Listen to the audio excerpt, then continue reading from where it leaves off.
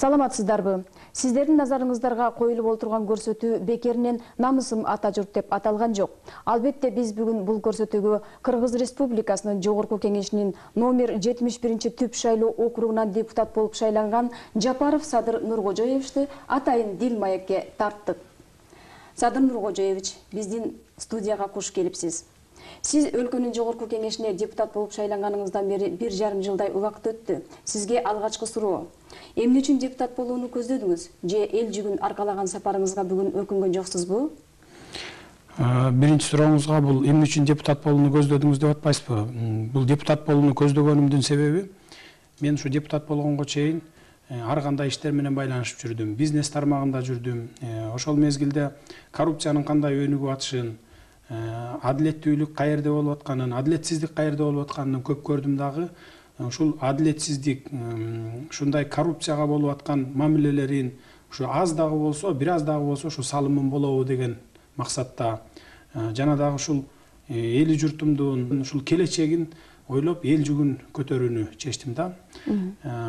Өкүнгөн жоксузбу деп атасыз? Өкүнгөн жокмун. Себеби кыргыздын жакшы сөзү бар: атка учкашпа, учкашкандан кийин түшө качпа дейт. Кудай мага канча калган өмүр берген болсо, ошол өмүрүмдү ушу эли журтум үчүн, кыргыз мамлекети үчүн арноону чечтим да.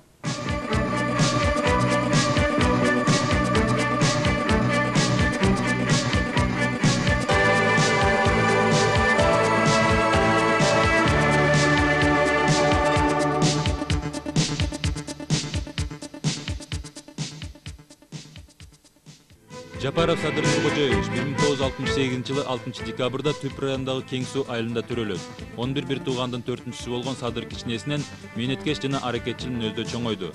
Балалык кезинен ар бир учуру спорт менен байланышкан. 1986 жылы Фрунзе шаарындагы номер 1 орто мектепти аяктайт. 1987-89 жылдары Новосибирск шаарында советтик армиянын катарын өтөйт. Армиядан кийин Садыр Жапаров Бишкектеги Дине тарбия институтуна кирет. Ошол эле жылдары өзү туулуп өскөн Кең суу айылында Нуркожо деген дыйкан чарбанын базасында өз аракети менен айыл чарба техникаларынын гаражын уюштуруп, биринчилерден болуп айылына тегирмен курат. Агрардык сектордогу анын талбаган аракети менен Кең суу айылында Көл калаасына атагы чыккан дыйкан чарбанын жана агротехникалык сервис кызматы уюштурулат.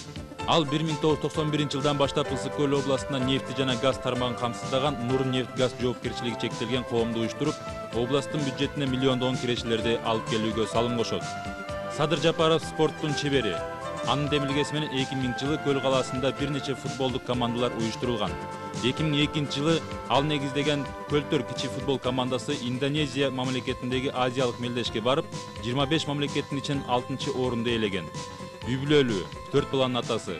2005 жылдын март айында номер 71 түп шайлоо округунан 12 талапкердин ичинен Кыргыз Республикасынын Жогорку Кеңешине депутат болуп шайланган.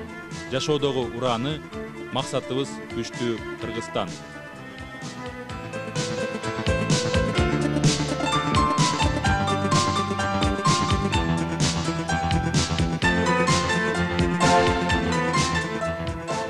Арадан бир канча убакыт өтсө дагы ошол шайлоо мезгилинде сиз менен атаандаш болуп чыккан талапкерлерге, замандаштарыңызга бүгүн көз карашыңыз өзгөрүлдүбү?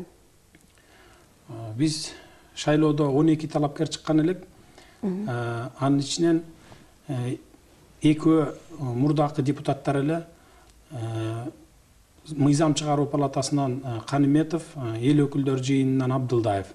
Андан сырткары мурдакы президент Акаевдин бир тууган балдызы Укен Исаева. Анан кийин райондун акими, Ак үйдөн 2 киши барды эле. Андан сырткары 6 бизнесмен, анан мен болуп ушу 12 талапкер чыктык элек.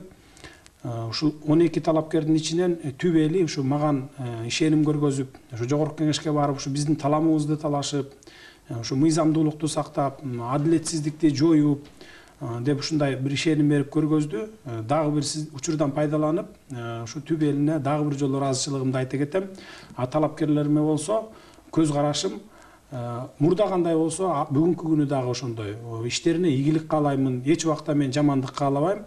Бай кыргыздын жакшы сөзү бар: атаңды өлтүргөнгө энеңди алып бер дегендей. Ошол сыяктуу мен только жакшылыктарды гана каалайм. Ырас, жогоруда замандашыбыз Садыр Жапаров шайлоо мезгилиндеги атаандаштарын жылуу сезим менен эскерип отурганы менен мындан 1,5 жыл мурда шайлоо мезгилинде түп округу болуп көрбөгөндөй дүңгүрөгөн. 12 талапкер бир орунду талашып, канчалаган ушак айыңдар таркатылып, мен депутат болом деген дымактар эл арасында уудуу кылып турду. Садыр Жапаровдун эки атаандашы депутаттык машиналар менен жүрүп, тизгин талашса, Акаевдин балдызы Үкен Исаева эзели барбаган кайын журту болгон Кең Сууга күндө 3 мал каттап, элге жашоону мен гана оңдойм, түптүн келечеги менин гана колумда деп төшүн какты. Ал эми акимдик креслосун депутаттык креслого алмаштыргысы келген Намазалиев элге аким болуп жасай албаган иштерин депутат болсом эле кыйратам деп турду. Атаандаштар чогулган жерде Садыр Жапаровго сөз ыргытып, кыйтык сөз айтышпаса, шайлоо өтпөй калчудай сезилди. Ал гана турсун Садырдын илинген сүрөттөрүн айырып, колдон келген жамандыктарын жасап келишти.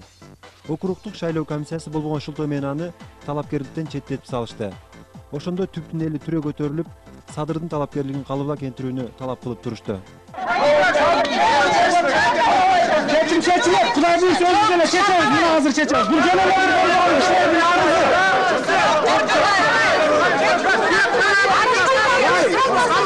yazgan kişilerin soy üstüne koyduk, gitkan kişinin soy üstüne koyduk plakatta. Taraf verinizler, mağa minus. Minus yaptınızlar mağa, minus. Nereye gidiyor, aylamayın. Murat Bey, razı mıyım sizlerle, razı mıyım? Biz özü çeçeriz.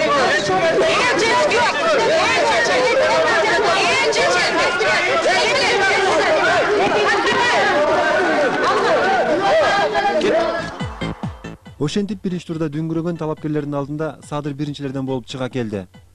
Өзү айткандай эл тараза. Эл Акаевдин балдызына да башкаларга да ишеним көрсөтүшкөн жок. Албетте жыгылган күрөшкө тойбойт болуп, Жапаровдон калып калган талапкерлер аны окружком аркылуу кулата албасын билгенден кийин биринчи турдун жыйынтыгы менен Үкен Исаева баш болуп, Намазалиев каш болуп, буга чейин депутат болуп келген Каниметов менен Абдуллаев төш болуп, калгандары колу бутка айланып Садырды сотко беришти. Алардын мындай адилетсиз аракетине өчүшкөн эл Каракол Бишкек жолун бууп салышты. Мындай кылбагыла деген Садырдын өтүнүчүн эл да укпады. Ошондо областтын губернатору баш болуп, Жапаровго кыйынчылык болбойт деп элге убада беришти. Садыр болсо соттон утуп чыгып, экинчи турда Намазалиев менен ат салышты. Натыйжада 3,5 миң ашыкча добуш менен атаандашын утуп депутаттык мандатка ээ болду. Шайлоо учурунда атаандаштардын өтө курч мамиледе боло тургандыгы коомчулукка жашыруун эмес. Ошол учурдагы сизге карата кайсы бир атаандашыңыздын жасаган өтө карама каршы пикирлери болгонбу, айтып бере аласызбы? Же болбосо бүгүнкү учурдагы алардын сизге карата болгон мамилеси деги эле жылуу мамилеге айлана алдыбы, же андай болгон жокпу? Эми шайлоо учурунда өзүңүздөр жакшы билесиздер, ар бир эле талапкер бири-бирине ар кандай баягы калпчын аралаш сөздөрдү айтып, ушундай бир кандай десем, орусча айтканда пиар деп коет эмеспи? Ушундайларды уюштурат да. Ошонун ичинде мынакей мурдакы президенттин балдызы где-то 10 жыл, 13 жыл бою ушу Көл калаасында мындайча айтканда неофициальный губернатор деп да койсок болот. Ушинтип өзүнүн ар кандай бир иштерин жасап келген, өзүнүн максаттарына жетишип келген. Мына ушул киши чыгып алып, ар кандай баягы туура эмес, калп сөздөрдү айтып, ошонун эле ичине кошулуп алышып, ошол кишиге ушу мурдакы райондун акими, мурдакы областтын губернаторлору кошулуп, дагы бир биздин түп округуна тиешеси жок, эч кандай тиешеси жок, Каракол округундагы бир депутат дагы кошулуп алышып, ушулар ар кандай сөздөрдү айтканга чейин барышты. Но бирок баары бир эл тараза деген чын экен да. Канчалык элди алдабагын, сөрөөнө баягы эл өзүнүкүн бербейт экен да. Мен ошон үчүн элиме дагы ыраазымын, рахматымды айтам дагы бир жолу, что баягы ар кандай бир провокационный ушундай маселелерге барбастан шайлаганына, экинчи чети ушу талапкерлериме дагы ыраазычылыгымды айтам. Эмне үчүн ыраазычылыгымды айтам деген себебим, ушу мени ушу Центральный избирательный комиссиядан 2 жолу өткөрүштү да. То есть баягы менден калып калган талапкерлер биригип алышып, 2 жолу Центр избиркомго чейин келдик. 2 жолу жогорку сотко чейин келдик соттошуп. Бирок баары бир эле соттордун дагы бул жагын айта кетиш керек. Баягы кээ бир соттор абдан адилеттүүлүк кылып туура чечип беришти да. Мына ушундай жактары менен эске калды. Сиздин ушундай пикириңизден кийин алардын сизге карата болгон мамилесинин жумшарганын байкай алдыңызбы? Кийин жолуктуңузбу деген мааниде? Эми бул адам баласы сөзсүз түрдө баягы өткөндү эгерде кектебесе, өткөндү өттү кетти, баягы атаңды өлтүргөнгө энеңди алып бер деген макалды жакшы туура колдонуп, туура багыт алып кете турган болсо, сөзсүз түрдө жумшарат экен мамиле.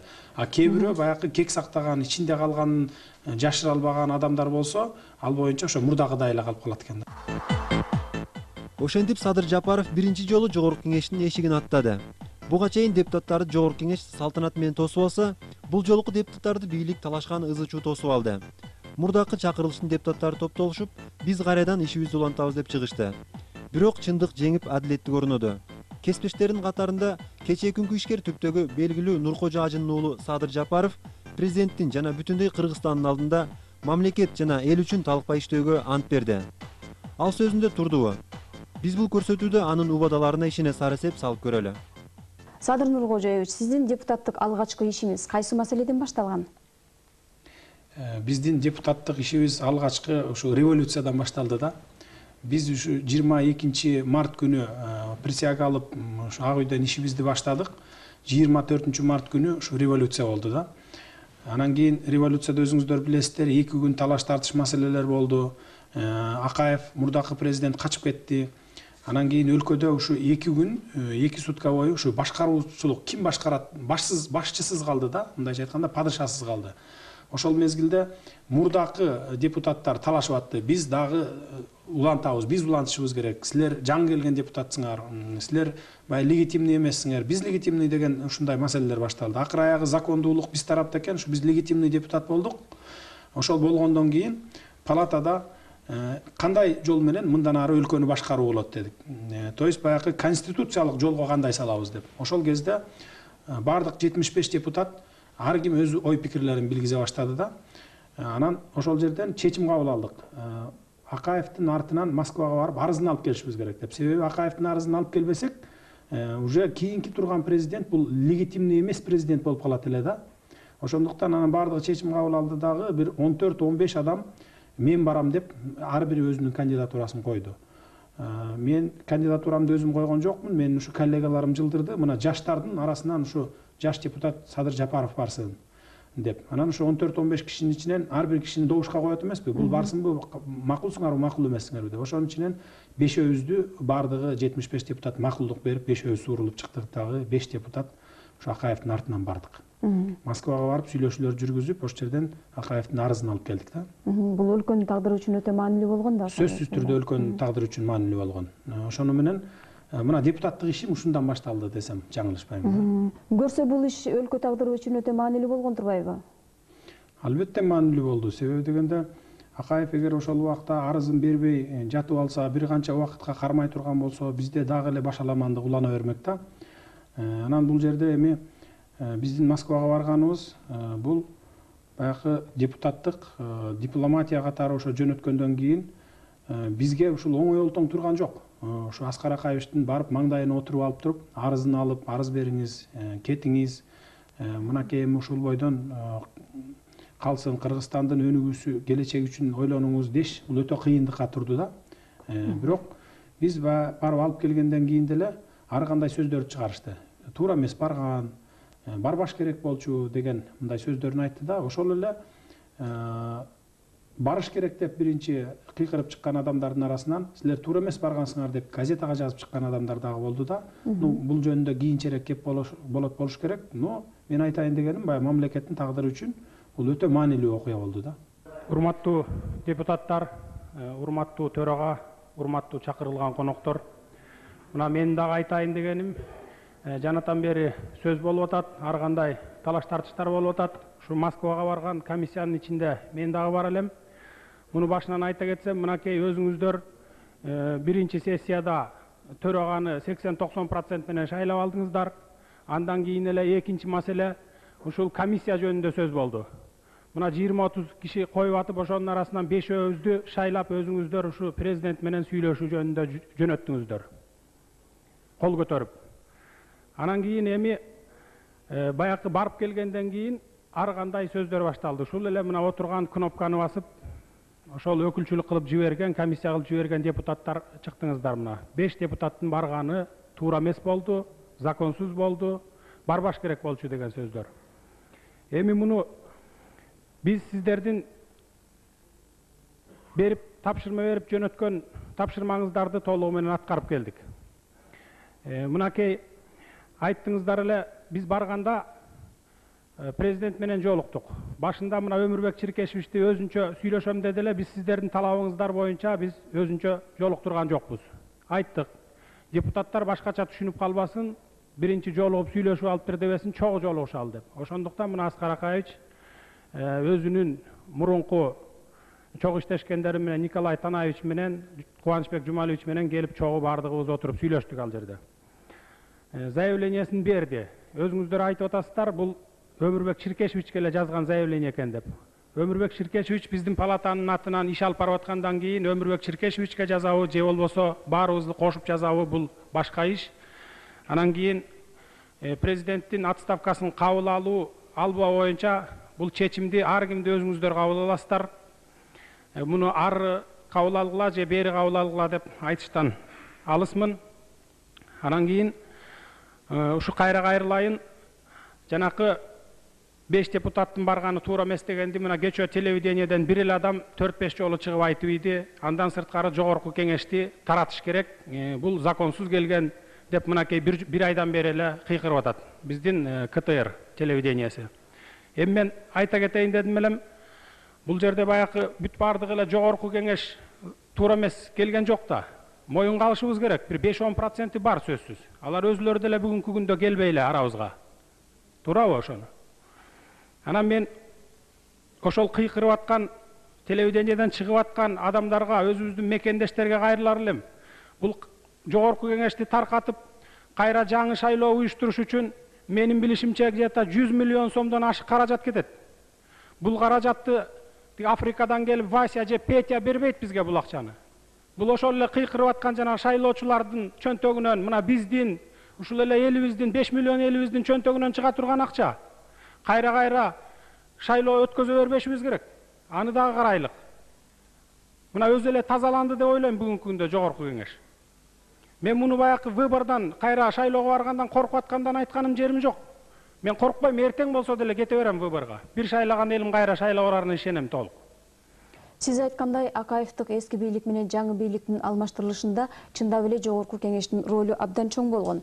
Бирок ошол учурда коомчулукта жаңы бийликтин кадр саясатында деги эле эртеңки келечек жөнүндө кадам ташталып жаткан учурда жердешчилик, тууганчылык алоолонгон оттой көтөрүлбөдү беле. Эми түштүктөгү айрым кадрлар массалык түрдө түндүккө келе башташкан. Ошол боюнча сиздин көз карашыңыз кандай? Ооба, туура айтасыз. Ушул 24 марттан кийин жердешчилик, ушундай бир законсуз, мыйзамсыз басып алуулар бийликти ушундай өтө көп болгон да. Бир райондо мисалы басып алыш үчүн 4-5 аким талашкан адамдар болгон да бир орунда. Губернаторду 2-3 адам талашкан орунда болгон. Ошонун деле ичинен бир мисал кылып айта кетейин. Ушу военный жак тармагынан, ушу аскер тармагынан да, ушу Ош гарнизонунда баягы ушу түштүк тараптын ушу чек ара тармагын баш кайтарган ушу бир полковник болгон да, Мусаев деген. Ал өзү түндүктөн эле аны баягы кетирип ийишип, ушул то есть баягы зордоп эле кетирип жиберип, ордуна барып бир бөлөк бир ушу бир кесиби жагынан туура келбеген десек болот. Бир адамды апарып отургузуп коюшканда. Андан сырткары мына ушул эле көп эле жерде ушундайлар болгон көз караштар. Андан сырткары мына менин эле ушул округумда Түп районунда акимди кубалап чыгышып, ордуна барып отуруп алган адамдар да болгон. Бирок биз андай бир баягы кыскача айтканда пастыкка барган жокпуз дагы. Акимди кайра таптырып келип, ордуна отургузуп, ушундай баягы Түп элинин өзүнүн ушу элине дагы ыраазычылыгымды айтып кетем дагы бир жолу. Өзүнүн баягы бир өтө жогорку деңгээлде түшүнүктөрүн көргөзүштү да. Ушундай маселелер болгон сөзсүз түрдө, жердешчилик деген. Айрым бир депутаттар өз округунун кызыкчылыгынан алыс кетпей элине жагалданып иш жасашса, замандашыбыз Садыр Жапаровдун депутаттык аракетинде мамлекеттик кызыкчылык дайыма биринчи орунда турат. Түштүктөгү чек ара маселелерине катуу талап коюп, элдин эртеңки тынчтыгына өзүнүн бараандуу салымын кошуп келет. 24 марттагы бийлик алмашкан мезгилден кийин жерлерде элдер өздөрүнүн аким, губернатор коюшуп, жердешчилик күч алган мезгилде Садыр Түп элине кайрылып, андай аракет кылбагыла деп өтүндү. Түптө болсо ошондо Түштүктөн келген Эгембердиев деген аким иштеп турган. Муну менен бир гана Түптө жердешчилик аракет болгон жок деп айтсак болот. Сиздерге бир фактын айта кетейин. жана бийликти тартып алуу боюнча туура эмес коюу боюнча орундарга уланып жатат дагы эле. Буйрук номер 2 Ош шаары 23 март 2005 жыл. Ош областында элдик курултайдын чечими менен Ош областтык элдик кеңеш түзүлүп, башкаруу бийлик элге өткөн. Ошондуктан мамлекеттик бийлик иштебей калгандыктан мамлекеттин элдин коопсуздугун сактоо, чек араны коргоо максатында Ош облустук элдик кеңеши буйрук кылат. Биринчи, Кыргыз Республикасынын чек ара кызматын башкаруу Ош облустук кеңештин карамагына өткөрүлүп берилсин. Экинчи, Кыргыз Республикасынын чек ара кызматынын номер 20-24 аскер бөлүмүнүн командири полковник Мусаев Рыскелди Жусупович ээлеген кызматынан бошотулсун. Үчүнчү, Кыргыз Республикасынын чек ара кызматынын номер 20-24 аскер бөлүмүнүн командири болуп полковник Абдыгапаров Батыр Чоенович дайындалсын. Бул киши өзү пенсиядагы киши экен. Эми акимдерди, губернаторларды макул тартып ала берсин. Бүгүнкү күндө тракторист барып жана космонавттардын ордуна отуруп алгандай эле болуп атат да. Эми алды эле мейли, анан могу эми военный жагына тийишпей эле койсок жакшы болмок да. Ушул жагын катуураак карасак жакшы болмок. Военныйлар таркап кеткен жок да. Акимдер качып кетиптир, губернаторлор качып кетиптир, президентибиз качып кетиптир. Военныйлар турат да ордунда эле. Ушул маселени жакшылап жакындан карасак жакшы болот эле. Садиев Калмурат мырзага мен кайрылып кетер элем, ушу жакын аранын ичинде ошону кайра калыбына келтиришиңизди деп. Анан мен ошол маалыматым боюнча көчө ушул жанакы жумуштан кеткен Мусаев Рыскелди айтат дейт. Мен ишимди жакшы эле алып барып аткам, жүргүзүп аткам, мени болгону келип туруп, эл сен деген аркалыксың, түндүк жактыксың, кет деп эле түшүрүп салды деп айтат дейт. Мына мен өткөндө да айттым элем, түптө деле ошондойлор болуп атат. Мына биздин Түп районунда түштүктүн акими отурат, түштүктүк жигит. Аны эч ким бөлбөй эле, сен түштүксүң, мен түндүкмүн деп. Өткөндө башталган, ошондой башталган күнү эле звонт этип, түшүндүрүү иштерин айтып, жүргүзүп, аны токтотконбуз. Мына бүгүнкү күндө отурат иштеп татынакай эле, эч ким ордун тартып албай эле. Айыл өкмөт менен, акимчилик менен эле отурат.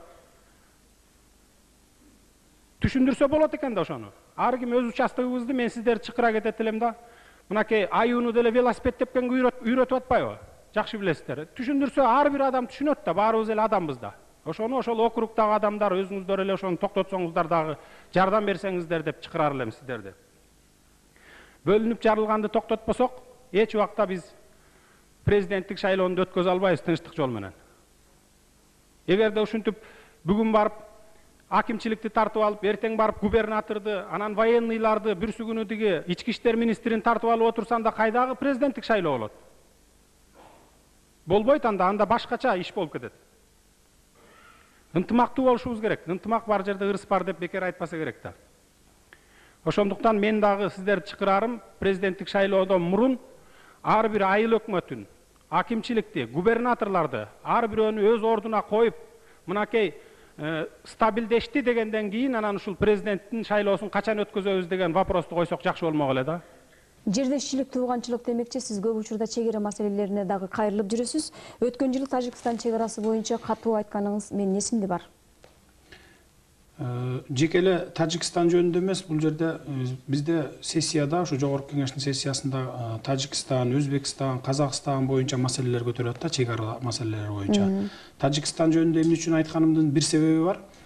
Себеби баягы Тажикстандагы жашаган граждандар, Тажикстандын граждандары, биздин Баткен менен чек аралаш, мисалы Жалал-Абад менен чек аралаш, Ош менен чек аралаш, Өзбекстандын баягы граждандары биздин чек арага ушу уламдан улам кирип келатат да. Мисалы бир 5 километр, 10 километрге чейин кирип кеткен ушул бир фактылар бар да. Мен ошон үчүн жана чек ара маселесин козгогон элем. Себеби мынакей өзүңүздөр билесиздер, илгери Кыргыздын илгерки тарыхын эстеп көрсөңүздөр, Алтай, Енесай, биягы Бейжиңге чейин, биягы Алайга чейин бардык жерде ээлеп келген дагы бүгүнкү күндө бир алакандай кичинекей кыргыз болуп калды да. Бир эле кенедей, мына биягыбыз даже керек болсо Казакстан менен чектешип калды. Мурда Кытайдын бир топ территориясы биздин Кыргыздын территориясы болгон.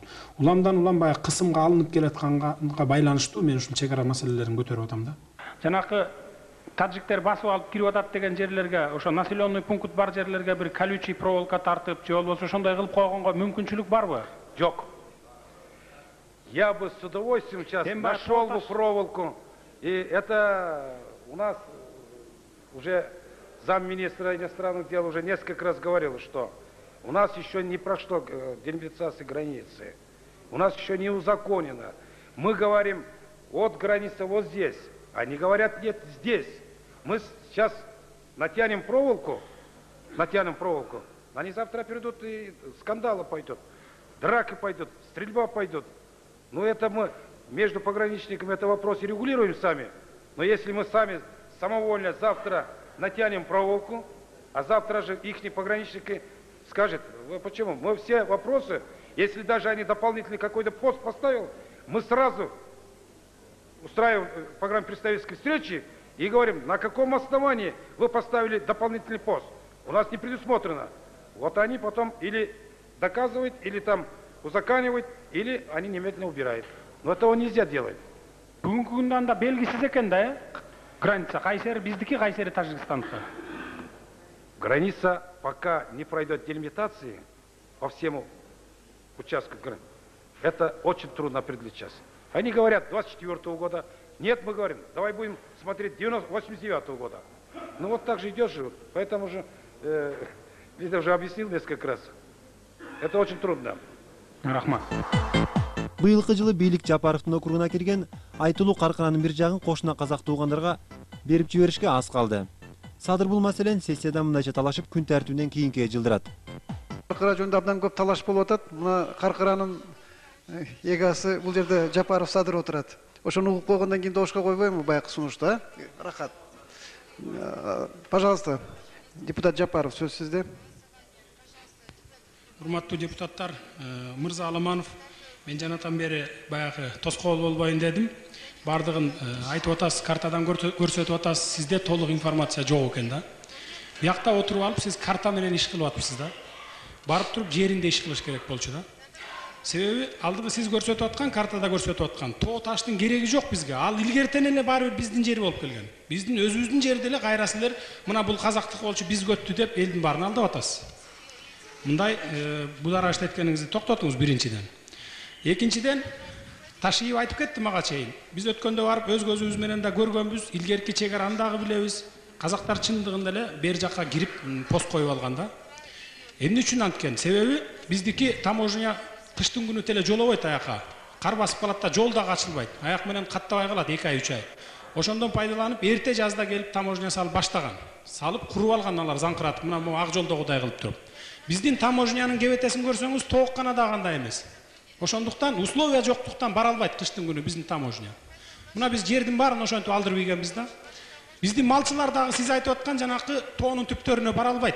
Бер жакта эле жетет. Биздики аз союз тарагандайын азайып кеткен да малчылар. А казактар барып отуруп ээлеп эле анан биздики деп эле мурун эле биздики болчу итак эле. Мына бул силердики десе картада карап туруп ошону жасап коюп атасыңар да. Ошондуктан бул ратификацияны биз күзгүгө калтырышыбыз керек. Мына мен 1 июлда ушу каникулга чыккандайын деп бир выездной семинар кылып уюштуруп атабыз. Бүт депутаттарды мына чакырып атам, коллегаларымды. Ар бир министр силерде барышыңыз керек. Аликбек Жекшенкулов, сиз сөзсүз барып өз көзүңүз менен көрүшүңүз керек экен да. Ошондон кийин гана муну ушул ратификацияны күзүндө алып келип анан добушка коелук да. Бул азыр чийке.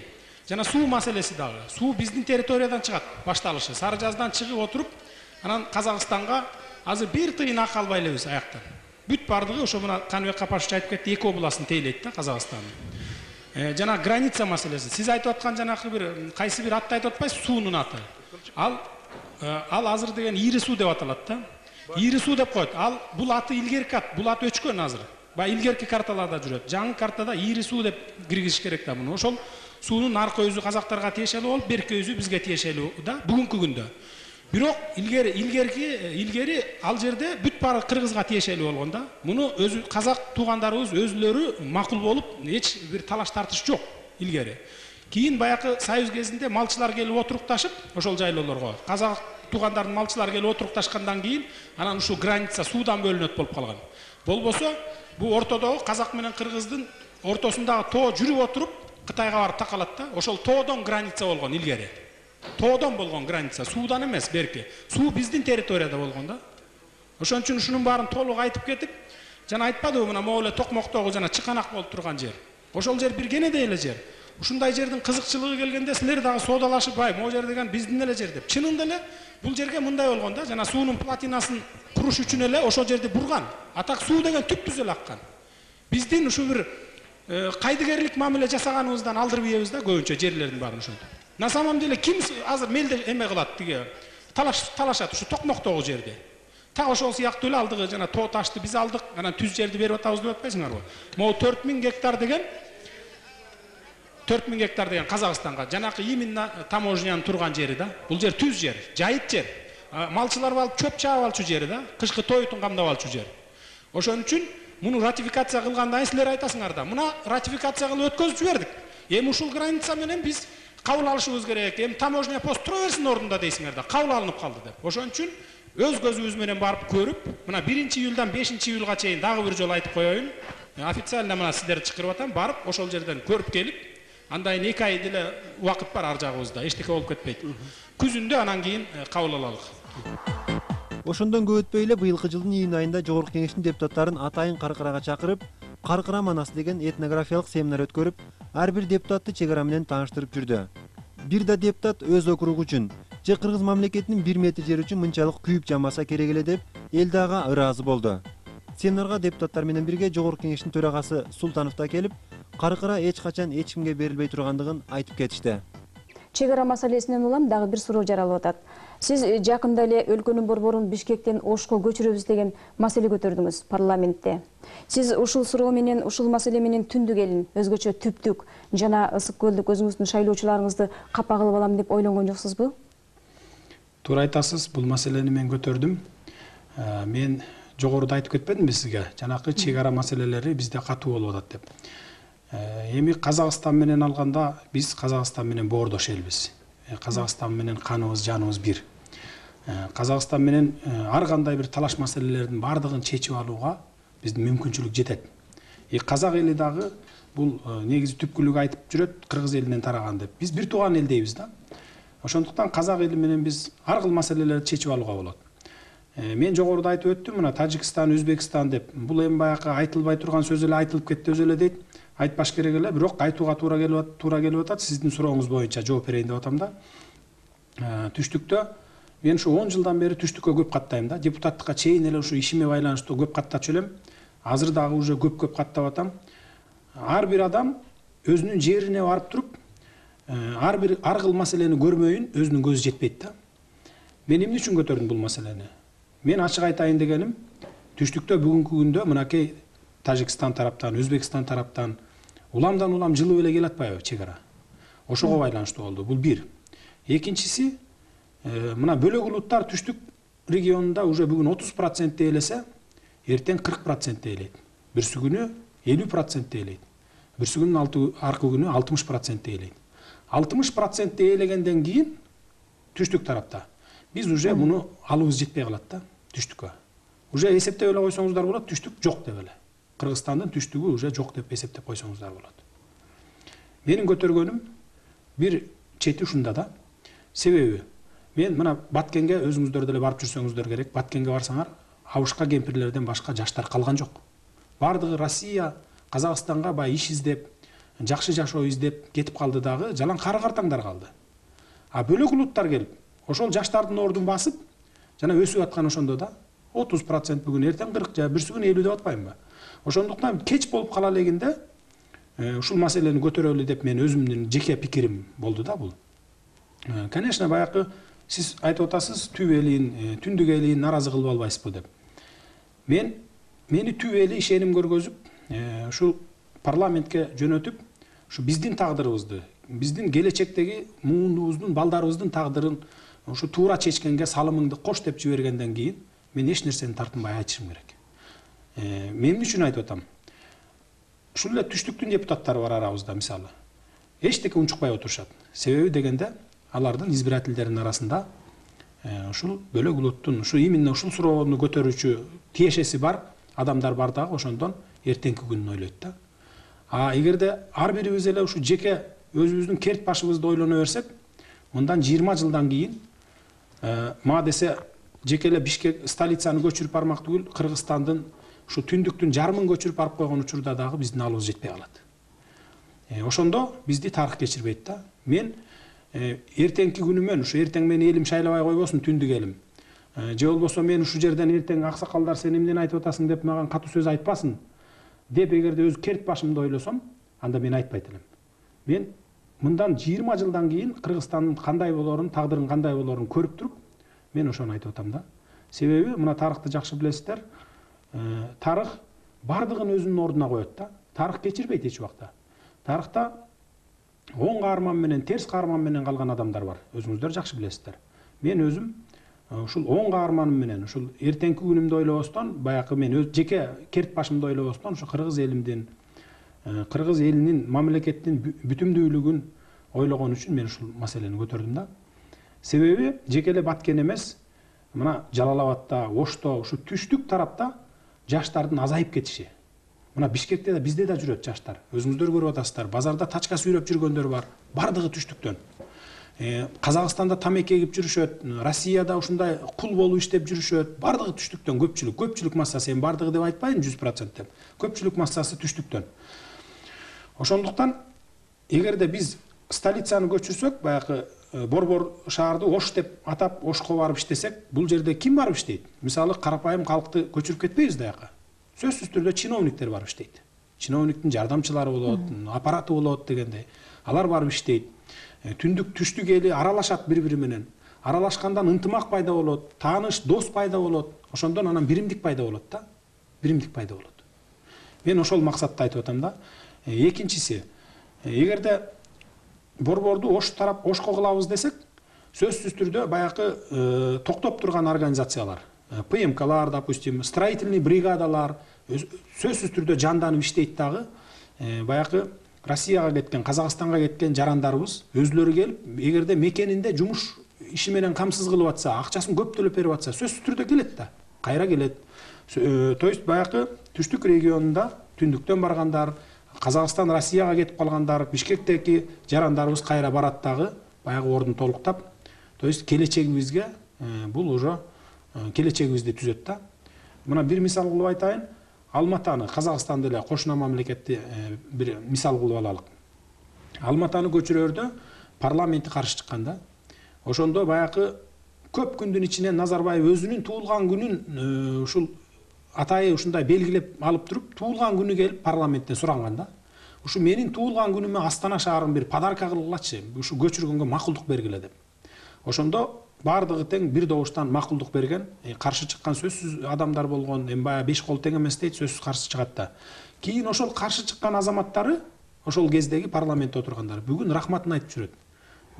Назарбаевди Нураке деп айтышат да, мындайча айтканда. Назарбаев деп да айтпайт, Нураке молодец деп айтат мына бүгүнкү күндө. Ушунусу менен калды. Бүгүн Астана кандай шаар болду? Алматы болсо, мурда кандай өнүгүп келатса, так ошондой өнүгүп келатат да. Даже андан 2 эсе, 3 эсе көтөрүлүп кетти да. ВВПсы өсүп кетти мисалы. Эгерде биз сиз айтып аткандай, баягы түндүк элин тарынтып албайбызбы деп атасыз. Түндүк элинин баарын көчүрүп кетпейт да. Бишкек ошол бойдон, столица бойдон кала берет. То есть тиякта экинчи столица пайда болот. Экинчи столица деген бүт эле ошол жака көчүп барып турсун деген эмес. Чиновниктер барып ошол жерде иштесин деген сөз. Эми ар жагын өзүңүз деле түшүнүп атсаңыз керек. Бир чиновник барса артынан 20-30 дагы жумушчу орну барат да ошол жака. Үчүнчү маселе, эмне үчүн ушу Борборду Ош шаарына көчүрүү боюнча.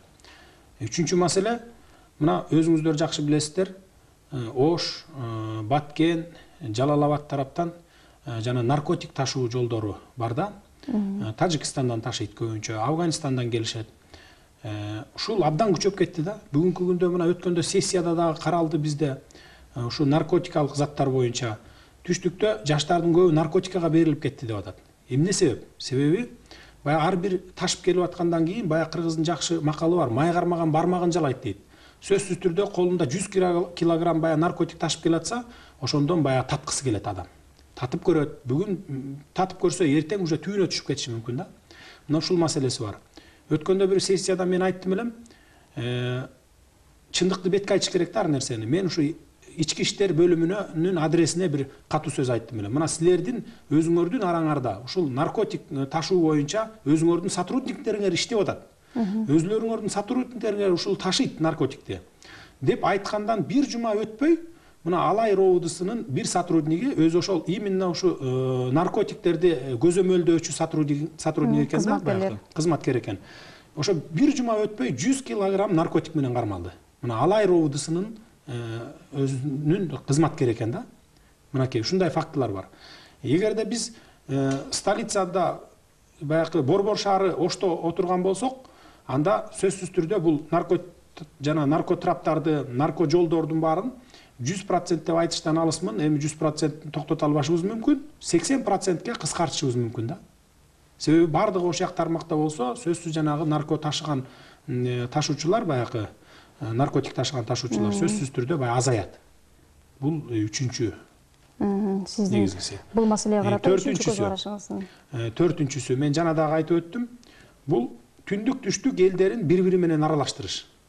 Мен мисалы үчүн өзүмдүн турмушумда эле көрдүм. Ушу түштүккө көп баргандан түштүктөн досторду таптым. Кыйышкыс досторду таптым да, мисалы. Алар менен 1000 кыркылышып кеткен учурда дагы бүгүнкү күндө жакшынакай дос бойдон кала берем. Бир тууган бойдон кала берем. Пикирибиз эки бөлөк болсо дагы эртең башка күнү, эртеңки күнү кайра бир пикирде болуп калышыбыз мүмкүн. Ошол эле сыяктуу мисалы түштүктүн эли, түндүктүн элин түштүккө алып барып, түштүктүн элин түндүккө алып барып, жанагындай кадр саясаттарын бири-бири менен аралаштырып, ушундай ротация кылып, ошо бири-бири менен аралаштырса, ошондо биримдик болот дагы, жана түштүк, түндүк деп аткан биздин проблемабыз жоюлат да. Жанатан берки 30дан ашык депутат сүйлөдүк, бардыгыбыз түндүк түштүк маселеси, бөлүнүп жарылуу, кадр саясатына токтолуп кетти да. Мен бул проблеманын чечишин, кандайча чечилишин өткөндө бир сессиядагы айттым элем, ал убакта чала айтып калдым элем, азыр толук айтып берейин. Түндүк түштүк маселесин, ушул проблеманы чечиш үчүн эмне кылыш керек дегенде, мен айттым элем, ушу Борбор шаарын ош кылыш керек депчи. Эмне үчүн ошондой ош кылыш керек? Ош болгондо бири-бири менен аралашат эле да, түндүк менен түштүк. Автоматически бул маселе чечилет эле, түндүк менен түштүк деген. Ошол кайсы проблемалар үчүн Борбор шаарын ош кылышыбыз керек дегенде, биринчи мына наркотикалык жанагы заттарды жалаң түштүктөн ташылып келип атат деген элем, Алайдан, анан Баткен тараптан деп. Мен ошону айткандан бир жумадан кийин мына Алайдан 100 килограмм наркотикалык зат менен жанакы РОВДнын ички иштер бөлүмүнүн өзүнүн сотрудниги колго түштү. 100 килограмм наркотик менен. Мен айткандан кийин бир жумадан кийин мына. Бул бир факт. Экинчи факты, чек ара маселелерин жакшы билесиздер. Күндөн күнгө жылып, чек арадагы үйлөрдү сатып алып, уламдан-улам жылып келатат. Мына буган чекит коюлат эле, ошол жакын жерде жүрсө, ошол жерде иш болсо. Андан кийин эгерде Борбор шаары Ошто болгон болсо, жана Россияга, Казакстанга тентип кеткен 1 миллион кыргыз бар экен да. Ошонун 600-700 миңи мына депутат Жураев айтты, түштүк тараптан болот деп. Ошонун бардыгы кайта келип ошо түштүккө отурат эле. Себеби улам чек аралар жылып отуруп, башка улуттагы адамдар келип бүгүнкү күндө 30% түштүктүн немесин түзүп атат да. Эртең 50% түзөт, бирси күнү 60% түзөт. Ошондо ким барып мына депутаттардан, түндүк түштүктүн депутаттары чыккылачы трибунага айткыла. Кимиң барып могу жер меники, могул эл меники, Сулайман тоо меники деп айта аласыңар? Айта албайсыңар. 20 жыл дебейин 15 алышыңар мүмкүн. Мына бирден бир себеби ушунда. Андан кийин төртүнчү себеби, иштебей жаткан организациялардын бардыгы көтөрүлүп иштейт эле. Жумушчу орну камсыз болот эле, стройка башталат эле мисалы. Мына бир мисал кылып айта кетейин. Назарбаев Астанага көчүрөрдө ушундай максат менен көчүргөн. Ошондо депутаттардын алдына келип, жалынып жалбарып атып, туулган күнүм бүгүн, урматтуу депутаттар, ушу Астананы мага подарка кылгылачы деп атып, макулдугун алып кеткен бүгүн каршы чыгып аткан оппозиция азыр керек болсо таманын жалап жүрөт Назарбаевдин. Мына бул дагы бир пример да. То есть баягы мен айтайын дегеним, бири-бирине аралаштырганда бул маселе сөзсүз түрдө жоюлат. Экинчи, баягы менин кээ бир избирательдерим айтат, телефон чалып, же болбосо ушу түндүктүн элдери айтат, сүйлөшүп отурсак. Сен эмнени сүйлөп атасың дейт да. Бишкекти Ошко көчүрүп деп. Бишкекти баягы көтөрүп барып Ошко коюп коюш эмес. Бишкек кандай өнүккөн болсо ошондой өнүгөт. Кандай столица болсо ошондой столица бойдон тура берет. Мына бүгүн ушинтип трибунадан түндүк түштүк маселесин кыйкырып айтпайт элек. Эгер ушул кадамга барсак, мен өткөндө президентке кат жөнөтсөм, кайра жооп жөнөткөн экен. Акча каражат жетпейт деп. Эгерде бүгүн 100 миллион доллар требовать эте турган болсо, мындан 10-15 жылдан кийин проблема башталганда миллиарддаган долларлар жардам бербей калат да. Мына мен ушуну айткым келет. Ошондуктан мына баягы депутат Шерниязов айтып кетпедиби? Баягы жагалданмай же болбосо тиги кошоматчы кылмайлар башталды депчи. Мен Бакиевке же болбосо Текебаевка кошоматчы кылып айтып аткан жерим жок. Эгерде мен өз керт башымда ойлогон болсом, мен түндүктүн добушун албай калбайын, түштүктүн ошол мага каршы чыга турган добуштарды албай калбайын деп мен унчукпай отурат элем. Бирок мен 20 жылдан кийинки ушу келечекти көрүп туруп айтып атам да, мына ушул сөзүмдү эстейсиздер. Мени менен поколениялаш ушу досторум ушу жерде чогуу отурган. Менден кийинки поколенияга эскертип коеюн да, мына ушул жагын айтып атам. Болбосо мен андай мен бирөөгө жагалданып окат кылып же болбосо бирөөгө жагалданып иш кылган жан эмесмин. Мына мен ушуну айтып коеюн, мына бардыгыңыздарды ушунун негизинде баягы туура түшүнүп бири-бирине ынтымакка чакырамын да. Жана дагы бир кайталап коеюн. Мен жана фамилияларына чейин айтып кеттим. Булар баягы таарынып калган адамдар, Акаевка таарынган адамдар бар, Бакиевке таарынган адамдар бар арасында. Мына ушулардын гана талаш тартыш окаты болуп атат да бул жерде.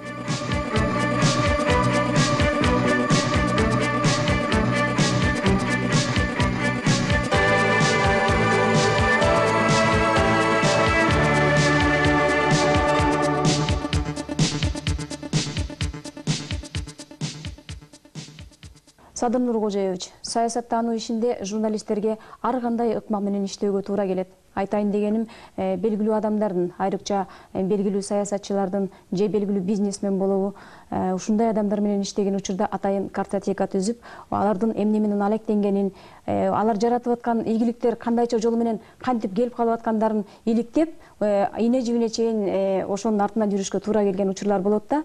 Мен жакында сиздин депутаттык поштоңузга кайрылып, андан ыраазылык каттар менен бирге эле нааразылык каттарын дагы окуп калдым. Албетте, ыраазылык каттарында сиз өзүңүздүн округуңуз үчүн өтө көп иштерди жараткан экенсиз. Ал эми нааразылык каттарында сиз өз округуңуздан сизди сейрек көрөбүз деген ойлор айтылып жүрөт. Буга кандай жооп айтасыз? Туура суроо салдыңыз. Биринчи сурооңуз бул мен баягы депутаттык талапкерликке коюп чыкканда менин программамдын бири максаты, эң негизги максатыбыз күчтүү Кыргызстан деп чыкканбыз. Бул бир. Анын ичинде экинчи ушул өзүбүздүн округга болгон колдон келген жардамыбызды беребиз деп чыкканбыз, беремин деп. Анын ичинде мына биздин Түп менен Ак Суу району көбүнчө баягы талаачылык менен эмгектенген районда. Ошол талаачылык менен эмгектенгенден кийин биз айтчу элек ушул жазгы талаачылыкка, күзгү талаачылыкка жардам беребиз деп. Мына мен мисал кылып айтып кетейин. Жасаган иштерим мен мына жазгы талаачылыкка деп ушул шайланып келгенден кийин март айында 2005 жылы 5 миллион сомго ошо товардык кредит берген экенбиз да. Товардык кредит дегенибиз бул солярканы күздүн күнү баягы түшүмдү жыйнагандан кийин бересиңер деп берген товардык кредит болгон. Ошол кезде ушул күйүүчү майдын баасы 18 сом болуп атканда биз 16 сомдон бердик эле да. И күзгүгө чейин деп бул 5% болгон. Бирок баягы эл болгондон кийин эл экен, кийин күзүндө чогултуп бериш керек эле. Кайра биз кийинки жазгыга ошол эле чогултуп берген акчага кийинки жазгы талаачылыкка биз күйүүчү май камдашып коюшубуз керек эле. Менин программам ушул эле да, өзүмдүн максатым, өзүмдүн алдыма койгон ушу планым ушундай эле да. Бирок эл болгондон кийин жарымы берсе, жарымы бербей коет экен. Ошентип баягы 5 миллион сом чогулбай калды дагы, кийинки жазгыга баягы күйүүчү май келбей калды. Бирок ошого карабастан баары бир эле баягы арзаныраак баада жеткизип берип аттык. Анын ичинен мына мисал кылып айта кетейин. Мен өзүм бул жерде ушул Түп району боюнча 39 айыл бар экен. Ушу 39 айылды куру калтырган эмес элек. Ар бирөөнө ошо товардык кредит бердик эле да, 5% деп. Анын ичинде мына баягы кайра кайтарып берген айылдар бар да, ошолорду тактап айта кетейин. Учурдан пайдаланып, кээ бир айылдарга баягы ыраазычылыгымды билдирчү айылдар бар. Бул болсо Кичи Өрүктүү айылы да, ушу Түп районунун Кичи Өрүктүү айылы. Баягы күзүндө чогултуп бергиле деген бир эле баягы сөз менен күздүн күнү кайра чогултуп беришти. Чогултуп берген кредитти биз баягы толук чогулбай калгандан кийин жаңы жылга чейин чогултуш керек эле. Жаңы жылга чейин чогулбай калгандан кийин карап туруп жарымы чогулбай калды, жарымы чогулду да. Ошону карап туруп кийинки жазгыга баары бир бул акча жетпейт экен дедик дагы. Баягы чогулткан айылдарга кайта ошол акчалай кредит кылып бердик. Акчалай кредитти дагы ошо процентин алган жокпуз, 5% дедик да. Бирок ошо өзүнүн ошо айылдык тургундар ар бир алган кишиден бир 15% 10% өзүлөрү коюп алган экен, 15%тен. Ошондон бересиңер, кредит алган адамдар ортого төгүп бересиңер деп. Ал ортого төгүп берген акчаны дагы биз кайра алган жокпуз. Аны дагы ошол эле мектептин керектөөсүнө, ушу жетим балдардын керектөөсүнө, жанагындай турмушу начарларга же болбосо айылдагы ушундай бир жасала турган баягы көпчүлүктүн ишин ушундайга жумшап атышат да бүгүнкү күндө. Ошонун ичинде мынакей кайра кайтарып берип, ошол баягы солярканын акчасын кайра кредит катары алган айылдар бар да. Кичи өрүктүү айылы мынакей 65.200 сом алган экен кредит кылып. То есть баягы мурдакы солярканын акчасын төгүп, кайра кредит кылып алышкан айылдардан. Ойтал айылы, Ой булак, Ак булуң, Корумду, Кош төбө, Сары булуң, Ынтымак, Кысык көл айылдары мына түптөн ушу жарым-жартылай ушу төгүшүп кайра кредит кылып колдонуп жүрүшөт да. Бул эми, конечно, сөзсүз түрдө баягы райондо болуп аткан, айылда болуп аткан проблемалардын баардыгын, жаралып аткан проблемаларды 100% чечүүгө жардам бербейт. Бирок анча-мынча болсо дагы ушу салымды кошот экен да, сөзсүз түрдө. Айылдын социалдык абалын оңдогонго мектепке боорлорду алат экен, тряпкаларды алат экен, же болбосо жанагы жетим балдар жаңы жылдын алдында баягы бир күлөккө чогулткан бир акчалар болот эмеспи? Ошогон төгүп бере албай калгандардын ордуна ушу 100 сомдон, 50 сомдон ошолордун ордуна кошот экен. Ушундай жардам болот экен да. Андан сырткары мына ушул мен өзүмдүн округумда Сарбулак айылы бар да, Сарбулак айыл өкмөтү. Ушул 2005-жылы ушу май айында баягы таза суу программасы жүрүп жатпайбы азыр? Таза суу программасына турмушу начар, төгө албай аткан элдер бар экен. То есть баягы 100% төкмөйүн таза суу программасы ишке киришпейт, өзүңүздөр жакшы билесиздер. Ошол жакыр турган турмуштагылар төгө албай аткандарга сурады эле, ошо канча сумма болот экен десем 50 000 сом акча болот экен. Мына 50 000 сом акча алардыкын төгүп берип, Сарбулак айылында таза суу программасы иштеди да, ишке киришти.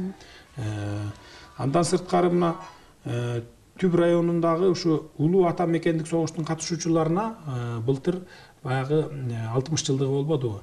Ошого карата жардамдар берилди да. 32 000 сом өлчөмүндө жардамдар берилди. То есть баягы согуштун ветерандары деле өзлөрү аз калган экен. Ошонун ар бирөөнө 200-300 сом, 500 сомго чейин баягы өзлөрүнүн немесине жараша тиги. Согушта фронтто болгон, тылда болгон деп бөлүнөт эмеспи? Ошого жараша жардамдар берилди. Ушу Түп районунун Сартологой айылынын мектебине бир ушу кичи тегирмен, мини тегирмен деп коебуз, ошондой берилди. Бунун максаты ошол мектепте окуган балдарды жанагы ремонттон, окуу китебинин арендасынан бошотуу максатында берилген. Бул 120 000 сомго берилген экен. Андан сырткары мына Кичи Өрүктүү айылынын баягы жаңы конуш тургунунда жашагандардын трансформатору жок, отурушчу экен. Булар где-то бир 40 үй бүлө экен. Буларга 50 000 сомго трансформатор коюлуп берилди. Булар ыраазычылык катын айтып билдиришти. Ошо сиз көргөн ыраазычылык каттардын бири ушул. Андан сырткары ошол эле Токтаян, Кичи Өрүктүү айылдарына 6 компьютер берилди. 6 компьютер бердик алып барып. Ушу балдардын ушу бүгүнкү кийинки келечеги ушу кеңирээк болсун, компьютерге үйрөнсүн деген максатта берилди. Андан кийин Түп районунун 3 айылына экен Талды суу, Көчү, Бирлик айылдарына 125 000 сом өлчөмүндө каражат жардам берилди. Булардыкы дагы ошол жанакы таза сууга төгө албай аткан үй бүлөлөрдүн атынан биз ошолорго жардам бердик да. Көп балалуу же болбосо баягы ушундай бир зарплата албай отурган же болбосо пенсиясы аз адамдар болот эмеспи, төлөй албаган айылда. Ошолор үчүн төлөп бердик. Мына 3 айылга 125 000 сом берилген экен. Андан сырткары мынакей 15, 16, 17 октябрда ушу былтыр мурдагы жылы, былтыр 2005 жылы сентябрь айында күзүндө ушу Түп районунун баягы жаштарынын арасында футбол, чоң футболун уюштурдук да, футбол, волейбол уюштуруп, буга 110 000 сом акча каражат бөлүп, ушу жанакындай сыйлыгы болот, ушундайларга баягы биринчи, экинчи, үчүнчү орун, андан сырткары мындай сыйлыктар болот, ошолорго ушунча каражат жумшап, ошол баягы спорт оюндарын өткөрдүк. Андан сырткары мына Ынтымак айыл өкмөтү болот. Ынтымак айыл өкмөтү баягы жерден булар суусун баягы глубинный насос деп коет, тереңдиктен суу соруп чыгуучу насос болот. 33 000 сомго ушундай насос коюп бердик, жаңы насос. То есть булар таза сууну өзүлөрү ичип, ушу бир айылды ушу таза суу менен камсыз кылып калды да. Андан сырткары ушу Түп районунда 10 айылды, өзүбүздүн 10 айылды, 39 айылдын 10 айылынын жанагы футболдук форма деп коет, бүт толук комплекти баштан аягына чейин ушундай 75 000 сомго ушундай каржылаптырбыз. Михайловка айыл өкмөтүндө бир жанакы маданият үйү бар. ушул маданият үйү илгертен бери ушу ремонту жок ушундай болуп келат деле, стимулирующий грант деп коет жанагы. Ошогон кайрылган экен, булар отказ беришиптир, бере албайбыз деп. Ушунун аркасынан жүгүрүп 1 миллион 200 миң сом алып бердик дагы. Бүгүнкү күндө зыңкыйган мынакей маданият үйү ошол туруп калды. Оңдолуп, баягы жерден аппаратуралар алынып, бүгүн маданияттын өнүгүшү болуп атат да Михайловка айылында. Андан сырткары Каракол шаарында мына 11-чи гимназияга дагы жардам берилиптир, мектебине. Эми бул Каракол шаары менин округума кирбейт, бирок мага кайрылган соң сөзсүз түрдө баягы мен жеке атуулук милдетим катары ушу жардам берген экенмин гимназияга. Баягы жылыткычтардан, краска жагынан жардам бердик. Чоң Таш айыл өкмөтү бар. Чоң Таш айыл өкмөтүнүн маданият үйү бар. Маданият үйүндө бир дагы инструменти жок экен барсам. Бир аккордеон, бир комуз алып барып бердик. Мынакей ушу биздин балдарыбыз ушу улутубуздун маданиятын унутпасын деген мааниде ушу максатта ушу комуз алып берип турабыз. Анан баягы ислам шариятын окутуу боюнча, балдарды ыймандуулукка үндөө боюнча мына ушул эле жылдын 2006-жылдын май айында 30 баланы ушу Ислам университетинин 5-курсундагы баягы балдарды жөнөтүп, мугалимдерин жөнөтүп, ушу менин районума 39 айыл эле, ошо 39 айылга толугу менен жөнөттүм дагы. Андан сырткары ушу Ысык-Көл айылынын, Ысык-Көл айылынын, Ысык-Көл районунун Темировка, Кашат, анан Григорьевка деген айылдарына да жөнөткөнмүн. Бул максаты мектеп балдарына барып, ушу каникулга чыккандан кийин 1 ай окутуш эле да, ыймандуулукка окутуш. Улууну урматтап, кичүүнү иззаттап, ушундай ыймандуулукка чакыруу жолу эле. Буган кандай каражат кетти? Буган барыш келиш жолун жооп бердим. Ал бир 20 миң тегереги болот экен. Андан сырткары ошол окуган балдарды 1 ай окугандан кийин, 1 айдан кийин экзамен алуу. Экзамен алганда бул бала 1 айдын ичинде кандай ыймандуулукка үйрөндү. Кимиси 1-чи места, 2-чи места, 3-чү места ушундай алышты. Мисалы ушуган сыйлык койдук да, 1-чи места 300 сом, 2-чи места 200 сом, 3-чү места 100 сом деп. Анан 1 айдан кийин баягы натыйжасы чыккандан кийин ошол 1-чи, 2-чи, 3-чү орун алган балдарга сыйлык катары бердик. Бул өзү 28 миң сом, 28 миң сом өлчөмүндө каражат кетиптир буган. Мен муну эмне үчүн жасадым? Мен муну жасаганымдын себеби баягы ыймандуу, пока ыймандуу болмоюн адамда эч убакта бир жакшы иштерди жасабайт. Эгер ыймандуу адам болсо, сөзсүз түрдө жакшы иштерди жасайт, жанагындай коррупцияга барбайт, бирөөгө жамандык кылбайт, адилеттүү болот, улууну урматтайт. Ушундай мамлекеттик көз карашы такыр башкача болот да. Мына ушуларды биз жаштардан башташыбыз керек. Жаштарыбыз ыймандуу болсо, ошондо бизде маданият өнүгөт, экономика өнүгөт, ушундай кыргыз мамлекетибиздин бүтүндүгү сакталат деген максатта ушуну жасадык да. Түп районда саздак жерлердин көптүгүн эл жакшы билет. Ал эми айыл өкмөттөрү, акимчилик жана МЧС саз жерлерди кургатуу иштерин колго албай жаткандыгын, эгер бул маселе колго алынса канчалаган жерлер айдоо аянттарына айланарын ал бир нече ирет жогорку кеңеште айтып чыкты. Көл областында почти bir 30% жерди саз басып кетти. Аган акча бөлүнгөн саздарды кургатканга. Мына быйыл ошол 30%тин бир 10%-ын дагы ушул саз баскан жерлерди кургаткан жок. Буга акча бөлүнгөн. Бу кайда кетти бул акчанын баары? Албетте өлкө турмушундагы дагы бир чоң көйгөй жайыт маселеси экендигин Садыр Жапаров жогорку кеңеште бир нече ирет көтөрүп чыккан. Республикада мисалы жайыттар проблемасы. Мисалы bir айылда 500 түтүн жашаган болсо, жанакы bir 5-10 түтүнү bir айылдын жайыттарын толук 5 жыл, 7 жыл, 10 жылга деп арендага алып алган фактылар бар экен. Бул деген сөз өзү калган жанакы 490 түтүндү абдан нааразычылыкка туудуруп, быйыл кээ бир үй бүлөлөрдүн ортосунда ушу мушташканга чейин барышты. Ушу жайыт маселесинде. Себеби жанакы 7 жылга, 10 жылга алып алган арендаторлор бөлөктөрдүн малын киргизбейт экен. Киргизбей, анан кийин баягы жерден ушундай нааразычылыктар пайда болуп атат. Калгандары дагы малын асманга жаябызбы деген ушундай маселени коюп атат да. Ошону мен тактап чыксам, ушуну өкмөттүн токтому менен гана жокко чыгарып коюуга болот экен. Мурза Кулматович, жоюп коюуга болот экен да. Муну атмен кылыш керек, жана арендага бергенде. Bir үй бүлө 200-300 гектардан жер чийгизип алгандар бар экен. Бул жеке эле көл областында эмес, мына Суу Самыр өрөөнүндө да кездешти. Быйыл ошол тараптан дагы көрдүк. Жеке эле аякта эмес, бүтүндөй республикада ушул проблема болуп атат. Биз же ушул мал чарбачылыгына жардам бербегенден кийин, же болбосо айыл чарбачылыгына жардам бере албай атабыз. Мына мисалы үчүн башка райондорду билбейм, менин районума ушул күзгү жыйын теринге бир жардам болгон жок өкмөт тараптан. Мынакей күзүндө эптеп мынакей жыйып алышты. Эң болбогондо ушул жайыт жагынан жардам берели, ушуну Мурза Кулматович эске алып туруп, токтом менен жанакы даже налогту, ушул жайыттан түшө турган налогту дагы атмен кылышыңыздар керек муну. Ошондо биз жанакы айыл жериндеги малчыларга, ушул чарбачыларга эң болбогондо ушул жагынан жардам берген болобуз. Биз кайра өнүктүрүп, өстүрүп, мал чарбачылыгына жардам бербей эле биз бут тозуп атабыз. Ушул жайыттан түшкөн налогту албай деле койсо болот. Себеби бул мизер, өзү болбогон эле налог экен, аз эле налог. Бул налогту керек болсо жанакы таможняның чиновниктеринен алган бир взяткасы менен эле диги жаап койсо болот экен бул налогту. Ушун үчүн ушуну эске алып коюшуңузду мен өтүнөм да. Айыл турмушунда дыйкандарды ар тараптан колдоо үчүн өкмөт чечкиндүү иштерди жүргүзбөй жаткандыгын Садыр Жапаров премьер-министрден да катуу талап кылды. Ал эми айыл чарба техникаларынын туура эмес бөлүштүрүп жатканына катуусын айтты.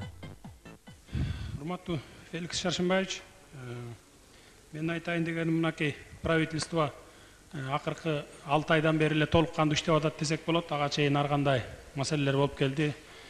Ушул 6 айдын ичинде көп кемчиликтер бар, өзүңүздөр деле моюнга алат болушуңуздар керек. Эми менин 3 суроом бар да. Жана мага чейин депутаттар суроо берди, сельхоз техника боюнча. Биринчи жарым жылдыкта келет дедиңиз сельхоз техниканычы.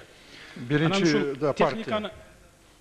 Кытайдын тракторлары келет дебедиңизби? Ушу техниканы бөлүштүргөндө мына 10 жылдан бери карай эле келип атат техникалар. Бөлүштүргөндө ушу статистикасын алып карап көрүңүзчү. Жерге жараша бөлүштүрүш керек да. Кайсы райондо канча жер бар, ошого жараша техниканы бериш керек. Бизде тескерисинче бөлүштүрүп отурган, биякта башында отурган кишинин тууган тушкандары гана алат. Ушул башка жактардан жери аз болсо да. Азыр ушундай болбойт. Ошондой алып туруп, анан мисалы мен айтайын дегеним, Көл областында эң түшүмдүү көп жерди көп иштете турган Ак Суу менен Түп району бар да. Буудай айдайт көбүнчө ошол. Техника ошол жака керек. А тескерисинче бияктан командировкага барып, ошол жака сезон болгондо иштеп келет. Кээде кечигип барышат. Ошондон жер убагында айдалбай калып атат да. Ушуну карап айыл чарба жана суу чарба министри менен бирдикте ушуну бөлүштүрүшүн адилеттүү бөлүштүргөнгө аракет кылсаңыз биринчиси. Экинчиси могу КСПК боюнча, кредит боюнча. Кредиттерди мисалы bir жылдан бери 10 000 сом алам деп, ушу жазгы талаачылыгын 10 000 сом алам деп турган дыйкан ала албайт дагы, сразу 200 000 сом, 300 000 сом алам деп келген киши без очередь автоматически алат. Бул деген сөз өзү жанагы бизнесмендердин колунда кетип атат деген сөз да, акча. Бул жагын дагы контролдоп койсоңор да. Үчүнчү, жана саз баскан жерлерге акча бөлүнгөн. Бүгүнкү күнгө чейин бизде мына көпчүлүк жерди саз басып кетип иштелбей жатат да. Бул айыл чарбасына өтө чоң ущерб да. Бул же бөлүнгөн акчалар жетпей атабы ушул по назначению ошо өзүнүн ордуна чейин. Же ортодон жоголуп кетип атабы бул жагы да. Анан могу трансформация боюнча бизде көп жерлерди негизи баягы илгерки союз кезинде көп жерлер баягы сугат деп кирип кеткен да. А на самом деле бул жерлер кайрак жерлер болгон. Ошол трансформацияга документтери келип правительствода жатат силерде. Уже 1 жыл, 2 жыл болду ошол трансформацияга деп документтер келген. Мына айыл чарба министри билет болуш керек муну толук. Ошону карап тез аранын ичинде ошол жагын чечип берсеңиздер. Себеби илгери баягы союз кезинде трактор менен суу менен чачып сугарчу да. Ошону сугат деп эсептелип кеткен да. А на самом деле суу жетпеген жерлер бар ошого. Баган баягы суулуу жерге төлөгөндөй төлөйт. Бул налог дыйкандарга көп жеңилдик болот эле да. Ушул жагын карап койсоңуздар. Рахмат. Экинчи сурооңуз, бул айтып атасыз, шайлоочулардан катты көрдүм, баягы сейрек көрөбүз деген округтан деп. Мунуңуз да туура болушу мүмкүн. Себеби мен былтыр каникулга чыккан учурда мен барып кыдырганмын округду. Кыдырганда жайдын күнү барып кыдырган экем август айында. Август айында элдердин баары талачылыкта болот экен. Чөп чабышта болот экен, буудай сугарууда болот экен. Ушундай болуп баягы айылдан бир 10-15, кээ бир айылдардан 50-60 киши чогулат экен да, баардыгы талачылыкта болуп чогулбай калат экен. Анан көрбөй калган киши сөзсүз түрдө айтат да, келбей атасыз, жолобой атасыз деп. А быйыл болсо мына ушу жайкы каникулга чыккан кезде кыдыра алган жокмун. Ушундай бир кырсыктар болду ортодо. Экинчи дагы эле былтыркыдай ушу жайдын күнү кыдырганда элдер талачылыкта болуп келбей калат экен деген ой менен кыдырган жокмун. Бул туура. Эми Кудай буйрса мына кыштын күнү барып кыдырамын деп атам, себеби кыштын күнү баардыгы үйүндө болот. Клубтарга, мектептерге чогулса бүт 70-80% эл, айылдагы эл келет. Ошого карата мен кышында кыдырамын деп отурам да. Анан кээ бир дагы депутаттар жок эмес да. Жума сайын суббота воскресенье күнү барышы мүмкүн, базар күнү же болбосо бир айдын аягында каникул болот 3-4 күнгө деп атайы ушундай болот. Ошол убактарда барып жүрө бериши мүмкүн. Жок, мен барып келе берем деп. Бул округка барып алып эле эл менен бет маңдай отуруп алып эле сүйлөшө бергенден эч нерсе пайда чыкпайт кээ бир жерден. Чыгат сөзсүз түрдө. Чыгышы дагы бар да. Кээ бир жерден жөн эле убакытты алгандан көрөкчө бул жерде башка жумуштарды жасаган оң. Себеби баягы бир эле райондон чыкпай эле отура бербей, баягы ишеним көргөзүп, ушу жөнөткөндөн кийин бүтүндөй баягы республиканын дагы масштабында ойлонуш керек да. Эмне үчүн айтып атам? Мына жакында сиздер билет болушуңуздар керек, ушу Ысык Көл областы боюнча Орто Токой проблемасын көтөрдүк элек. Мына бүгүнкү күндө ошол Орто Токой айылында мектептер салынып, ушу бала бакчалар салынып, ушундай иштер жүрө баштады да.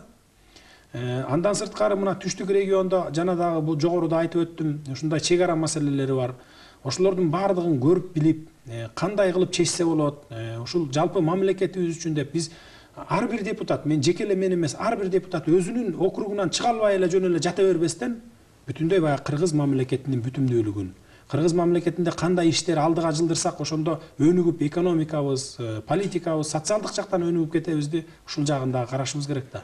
Округка барып эле мен эл менен жолугушум керек, мени келбей атат деп эле мен округта жүрө берсем, бияктагы иштер калып калып атат. Андан сырткары мыйзам чыгаруу деп. Мыйзамды жөн эле деги жаза коюп эле мынакей менин мыйзамым деп чыгарып ишти эмес. Жети өлчөп бир кес дейт. Жети эмес, биз 70 өлчөп бир кесишибиз керек азыркы заманда. Себеби өзүңүздөр билесиздер, мыйзамды ары да буруп койсо боло берет, бери да буруп койсо боло бере турган мыйзамдарыбыз бар. Мына ошолордун бардыгын тактап жазыш үчүн, бир мыйзам жазыш үчүн 1 ай убакыт кетет. А биз эртең менен сессияга келебиз, 9:30 сессияга кирип, түшкү 1-де чыгабыз. 1-де чыгып, кабинетиңе келсең 10-15 киши күтүп отурат да. Ал 10-15 кишини кабыл алып кетириш үчүн кечки саат 8-9га чейин араң барасың. Бир кишинин проблемасы бир жарым саат, 20 мүнөт, такыр жок болду дегенде 10 мүнөт дейлейт да. Ана ошон менен кай убакта убакыт болот? 6-базар күнү отуруп алып кагаз карайсың, закон жазасың, мыйзам жазасың, өзгөртүүлөрдү киргизесиң. Ошон менен убакыт болбойт экен бөлөк күндөрү. Жанагындай кышкы каникулга чыккан кезде мен барып ошо кыдырайын деп атам да. Ошондуктан баягы сейрек көрөбүз округда дегенди дагы баягы бир чети чын болушу мүмкүн. Бирок ошол эле учурда менин өзүмдүн округумда Түп районунда мынакей акимчиликте менин өзүм өкүлүм бар. Ал дайыма отурат. Биринчи күндөн 5-күнгө чейин иштейт, эртең менен 9-дан кечки 5ке чейин отурат. Отуруп иштеп баягы түшкөн арыздарды кабыл алат. Мен айтып атам, мен өзүмдүн чөнтөгүмөн акча төлөп берип ошол жака отургузуп атам ушул жерде. Өзүмдүн чөнтөгүмөн дагы баса белгилеп айтып коеюн. Себеби ошол округтан келиш үчүн, Бишкекке келиш үчүн бир канча акча кетет. Ошогон келбес үчүн, келип акча коротпос үчүн ошол округтагы өкүлүмө барса акимчиликтеги арызын таштаса, өзү колунан келген проблеманы чече турган проблеманы өзү чечет, а колунан келбегенин мага жөнөтөт. Мага жөнөтөт да. Сөзсүз түрдө почта менен жөнөтөт. Же болбосо өзү жумасына бир келип кетип турат 6-базар күндөрү, же болбосо бир айда 2 келип кетет, ошондо алып келип берет. Могуну чече албай атам. Ушундай избирательден түштү, биздин шайлоочудан түштү ушундай суроо талап. Ушуну чечип бериңиз. Могуларды мен чечип бердим деп бизге келип отчетун берип, ушундай эме кылып дайыма отчет берип кетип турат да. Ошондон учурдан пайдаланып айтып коеюн, мына Түп районунда акимиятта өзүбүздүн өкүлчүлүгүбүз бар да.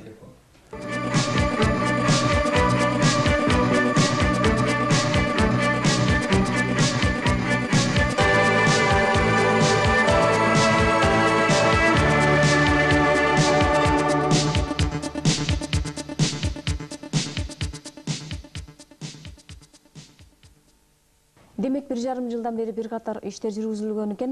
Сиз Түп районунун келечегин кандай көрөсүз? Түп районунун келечеги чоң, абдан бул Түп эли өзү түптүү эл, атактуу, даңктуу, ушундай инсандарыбыз чыккан, өзүңүздөр жакшы билесиздер. Келечеги чоң. Буга бир мисал кылып айта кетейин. эгерде биз ушу түп келген жолун жакшылап жасап алсак, баягы асфальттап баардыгын жасап койсок, Алматадан мисалы Бишкек аркылуу келип атпайбы Чолпон Атага туристтер, же болбосо ошол жанакы Алматы областынын Талдыкурган областы деп коет, ошол тараптардан келгендин баардыгы, туристтердин баары ошо түп аркылуу келет эле да. Эмне үчүн түп келген жолун айтып атам? Себеби мына эмдиги жылкы 2007-жылкы бюджетке ушу түп келген жолун киргиздик да. Түп келген жолу Кудай буйруп жасалып кала турган болсо, сөзсүз түрдө баягы келечеги туризм менен, ушул андан сырткары талаачылык менен, ушу түп элинин соода сатык менен ушу түп элинин келечеги кең деп ойлоймун да. Бул баягы эски бийликтин учурунда бүтпөй калган жол эмеспи? Жок, бул жол эмес. Эски бийликтин убагында ал баягы Чолпон Ата Алмата жолу да. А бул түп келген жолу, бул илгертеден баягы Улуу Жибек жолунан калган жол да бул. Бул жол өзү 36 жылдан бери мына жасала элек.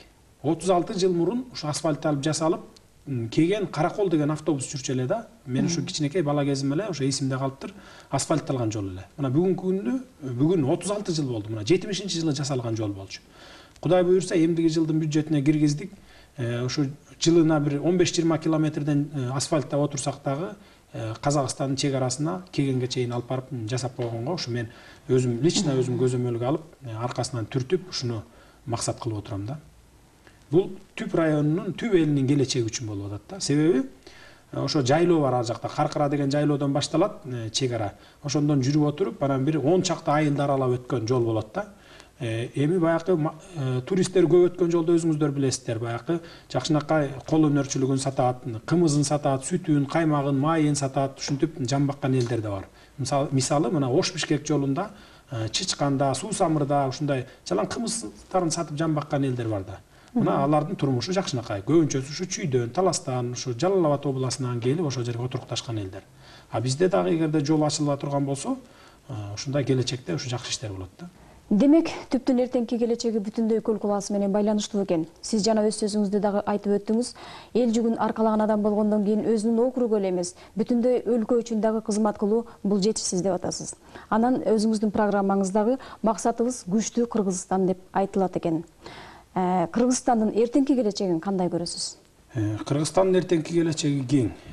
Негизи мына өзү бизге ошо кыргыз элине Кудайдын ушундай бир жакшынакай мээрими төгүлгөн, ушундай жакшынакай жерин бергенине ыраазыбыз. Бирок ошол жерди өз деңгээлинде колдоно албай атканыбызга мен өтө өкүнөм да. Мына бир мисал кылып айта кетейин, жакында мына Арабия өлкөлөрүнө барып келдик. Бир болгон эле кумдуу жерлерде өтө өнүгүп өсүп кеткен да. Бунун бир себеби мен ойлойм, ушу ыймандуулук, ушу ынсаптуулук бар үчүн ушулар ушу өнүктү болуш керек деп. Эгерде бизде да кыргыз жарандарында ар бирөөндө ыймандуулук, ынсаптуулук боло турган болсо, жана ички чегиштер азайса, ошо биз деле ушул өнүгүп кетет элек, келечегибиз кең болот эле деген ойдобуз да. Бирок үмүтүм чоң. Сөзсүз түрдө Кыргызстандын келечеги кең болот.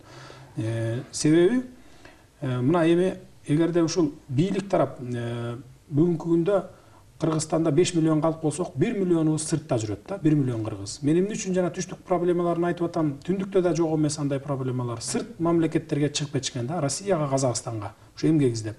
Эгер ошолордун баардыгы кайта келип, өзүбүздүн мамлекетте эмгектенсе, өзүбүздүн мамлекетке дитин, дилин, жүрөгүн арнаса, сөзсүз түрдө Кыргызстандын келечеги чоң болот. Менин үмүтүм Кыргызстандын келечегинен чоң. Бүгүн өлкөбүздүн келечегин тушап турган коррупция темасы. Ошого улай эле айта кете турган сөз өлкөбүздөгү сот реформасы, ички иштер жана прокуратура кызматындагы тазалык жөнүндө пикириңизди дагы биле кетсек. Коррупция боюнча болсо, мына сот системасында дагы бар, прокуратура системасында дагы бар. Аларды тазалап кетиш бир эле күндө бир адамдын колунан келбейт экен, сөзсүз түрдө убакыт талап кылынат экен. Бир мисал кылып айта кетейин, бүгүнкү күндө мына бизде Түп районунда, менин округумда Күрмөнтү цемент деген бар да, ушул талаш болуп атат. Ушул Күрмөнтү цемент боюнча ушу сот тармагынын ушу соттору бир эле ушу тема боюнча 3 решение, 3 башка решение кабыл алган, 3 башка чечим кабыл алган фактылар бар да. Эми аны кийинчерээк айталы, азыр айтпай кое туралы. Андан сырткары эми прокуратура тармагында деп атпайсызбы? Прокуратура тармагында дагы коррупция бул өтө жогору деңгээлге чыгып кеткен да. Мисалы, биз тазалайбыз деп атабыз, тазалаш керек, чечкиндүү чараларга барыш керек экен деп. Жана жогорудагы айтып кеттим. чечкиндүү чараларга барып, четинен тазалай баштаса эле пикетке чыгып атат. Мен көтөрүлүшүп чыгам, менин артымда мынча киши бар деп коркутуулар болуп атат. Ошолорго карабастан буларды тазалаш керек, тазалачу жерден. Мисалы, мына жакында ушу генералдык прокурор Камбаралы Ташполотович Конгантиев бир топ коррупционерлерди жумуштан алып тазалады да. Ошого каршы сотко чейин барышып, сотко берип аткан күндөрү дагы бар. Бирок соттон утулушту. Сотто кээ бир таза баягы соттор сөзсүз түрдө туура чечим чыгарып берет экен. Экинчи жагы, мына прокуратуранын дагы бир мисал айта кетейин, бул менин округума байланыштуу. Бир айыл өкмөт ичкен жегени миллиондоп саналат. Ошол эле учурда тоо курдагандарды алып барып 2 жылга камайт.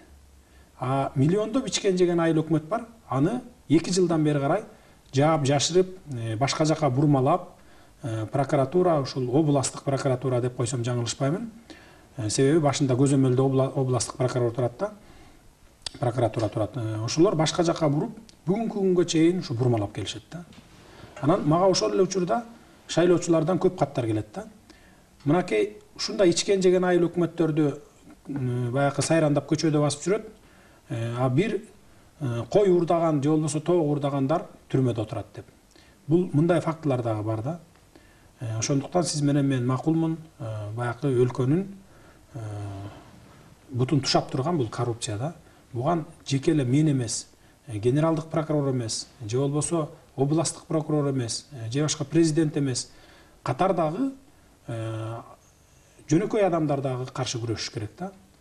Кантип күрөшүш керек? Сөзсүз түрдө баягы адамдын кемчилигин билсе, же болбосо жанагындай пара алып атканын билсе, же болбосо кыйнап мен муну алып келгин, мен сени бошотомун, же болбосо мынча акчап келгин, мен сени бул жерден сууруп чыгып кетемин деген фактылары болгондо, сөзсүз түрдө ушу жогору жака депутатка болобу, министрликке болобу, же болбосо президентке болобу кайрылыш керек да. Мына бул коррупция менен күрөшүүнүн бирден бир жолу да. Мен ошогон баардык ушу жарандарды ушуга чакырып кетет элем да. Ар кайсы коррупцияны жоебуз дейбиз. Коррупция мына бүгүнкү күндө да жоюлду эле, кайра күчөп атат да. Себеби коррупциянын башында эң чоң чиновниктер өзүбүз отурабыз мына мисал. Баардыгы коррупция. Министрлер мына сразу ачык эле айтып коеюн, кээ бир министрлер бар. Пока бир кол коюш акча алмайын, взятка алмайын бир нерсеге кол койбогон министрлер дагы бар. Муну да ачуу чындыкты бетке айтышыбыз керек да. Ошондон барып улам коррупция уланып атат. Анан кумтөрдүн алтыны күнүнө 125 килограмм алтындан суткасына алтын алат да ошол жерден. Эсептеп көрсөң 2 миллионго жакын доллар. Анын баары каяка кетип атат. Мен мурдакы бийликтин убагындагы материалдардын баарын топтодум, муну берем. Именно ушу Феликс Шаршенбаев сизге, Курманбек Салиевичке мынакей мен жөнөтөм. И плюс еще депутаттардын ар бирөөнө ушул материалды берем. 100 листтен турган материал. Мен айтайын дегеним, мурдакы Созовдун депутаттары комиссия болуп текшерген да кумтөрдү. Ал жерде ошол эле биздин урматтуу аксакалыбыз Турдакын Усубалиевич дагы бар. Өзү председательствующий болгон. Бүт фактылардын баарын выявить этип чыккандагы, бирок ачыкка чыгарган эмес анычы. Ачыкка чыгарган эмес. Бул эмне жөнүндө айтып атат? Бул деген сөз өзү ошол убагында анын дагы оозун жаап койгон. Же болбосо сүйлөшүп баягыны акырын убагында басып койгон деп мен түшүнөм да ошондой деп. То есть кумтөрдүн алтынын баарын бүгүнкү күндө дагы алып чыгып кетип атат. Биз Кыргызстанды жеке эле Ысык көлүнүн областын эмес, Кыргызстанды ушу кумтөрдүн алтыны менен эле багып койсок болот. Баардык жанакы социальный жетишпегендиктерди социалдык жактан, башка жактан жетишпегендиктердин баарын ошол алтын менен жапсак болот да. Буган бир пример кылып айтайын, мына жыл сайын Ысык көл областына 50 миллионго жакын сом берилет. Бая Ысык көл областынын инфраструктурасынын өнүгүү боюнча деп Феликс Шаршенбаевич. Мурдагы жылы 55 миллион бөлүнгөн экен. Бир мынакей же жазгы талаачылыгына жардам берилген жок ошол акчадан. Же болбосо ушул социалдык жагынан өнүгүп кеткен жок да. Мына ошол кезде Шайлиева губернатор эле Чолпон атанын ортосуна 28 миллионго бир детский площадка курдум деп жасайт. 3 миллион сом кетпейт ошол жерге. Мына азыр ишенбесеңиз барып комиссия түзүп карап көрүңүз, 3 миллион сом менен бүтүрчү жер да. Ошол жерге 28 миллионду салып туруп ошону жеп койгон да. Коррупция десе эле баягы сот системасында же болбосо прокуратура системасында эмес, бүтүндөй ушу мына милиция тармагында дагы бар да. Мисалы мен жана жогоруда айтып өтпөдүмбү? Мен ушу милициялардын адресине бир сөз айткандан кийин бир жуманын ичинде Алай РОВДсынан бир кызматкери 100 килограмм наркотик менен колго түштү депчи. Мындай жагдайлар жеке эле Алай районунда эмес, бүтүндөй республиканын ар кайсы районунда, ар кайсы айылдарында бар. Мына биздин райондо мисалы турмуштун начарлыгынан ушундай ар кандай бир баягы наркотикалык заттарды чогултуу боюнча барышат. Аны кармап алат дагы, кармап алгандан кийин баягы кармалган затын кошо алат, плюс андан сырткары акчасын алат милициялар. Анан кое берип жиберет. Акчасын алганда макул, акчасын алыптыр, башка жакка жумшады. Баягы кармалган затты эмне кылат, наркотикалык затты? Сөзсүз түрдө милициялар өзлөрү сатат. Сатып ошонун акчасын алышат. Бул деген сөз өзү арам акча. Бул деген сөз өзү коррупциянын жедеп бүткөн тамыры да. Жеке эле ушул милиция сот системасында эмес, прокуратура системасында эмес. Мынакей ушу бүтүндөй бийлик, аткаруу бийлик тарабында дагы бул коррупция абдан тамыр алып жайылган нерсе да. Бул болсо тиги карапайым калктан, айыл өкмөттөн, акимчилик, губернатор, анан министрликке чейин булар тамыр алган.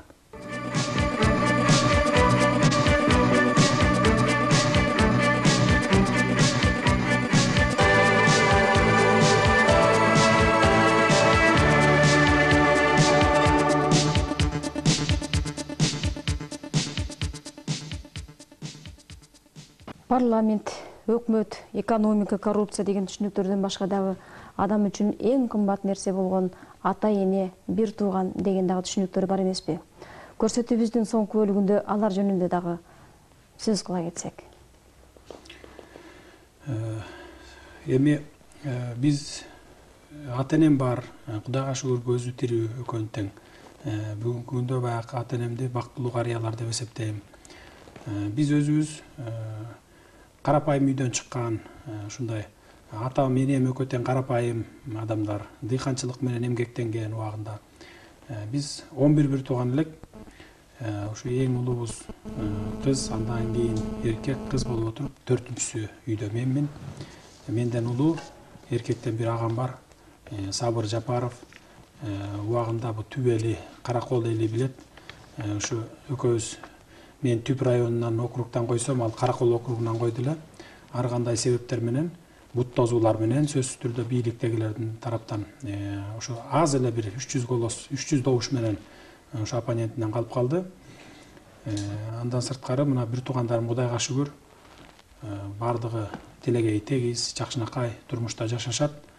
Бир гана өкүнүчтүүсү ошо бир тууганым менден кийинки экинчи бир тууганым ошо келинчек экөө жакында ошо жана башында айтып өттүк. Ошо автокырсыктан, жол кырсыгынан каза болуп калды ошо жайында. Анын 3 баласы калды. 3 баласын ошо жанакы опекундукка деп коет, ошого оформить этип алып мен өзүм багып атам. Ошол болбосо бардыгы жакшы, бир туугандарыбыз менен жакшынакай. Ата эне бир туугандарыңыз жөнүндө айтып бердиңиз, эми үй бүлөңүз жөнүндө-чү? Үй бүлөм бар, келинчегим, 4 балам бар, 3 эркек, 1 кызым бар. Жакшы улуу балам ушу англис тилине, турк тилине, кытай тилине окуган мектепте ушу окуп атат. Окуулары жакшы.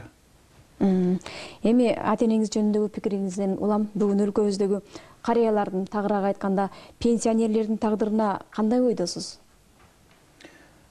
Пенсионерлердин тагдырына, конечно, баягы өкүнөбүз. Себеби дегенде баягы эркектерди 63 жаштан, аялдарды 57 жаштан чыгышка көтөрүп койбоду эле мени.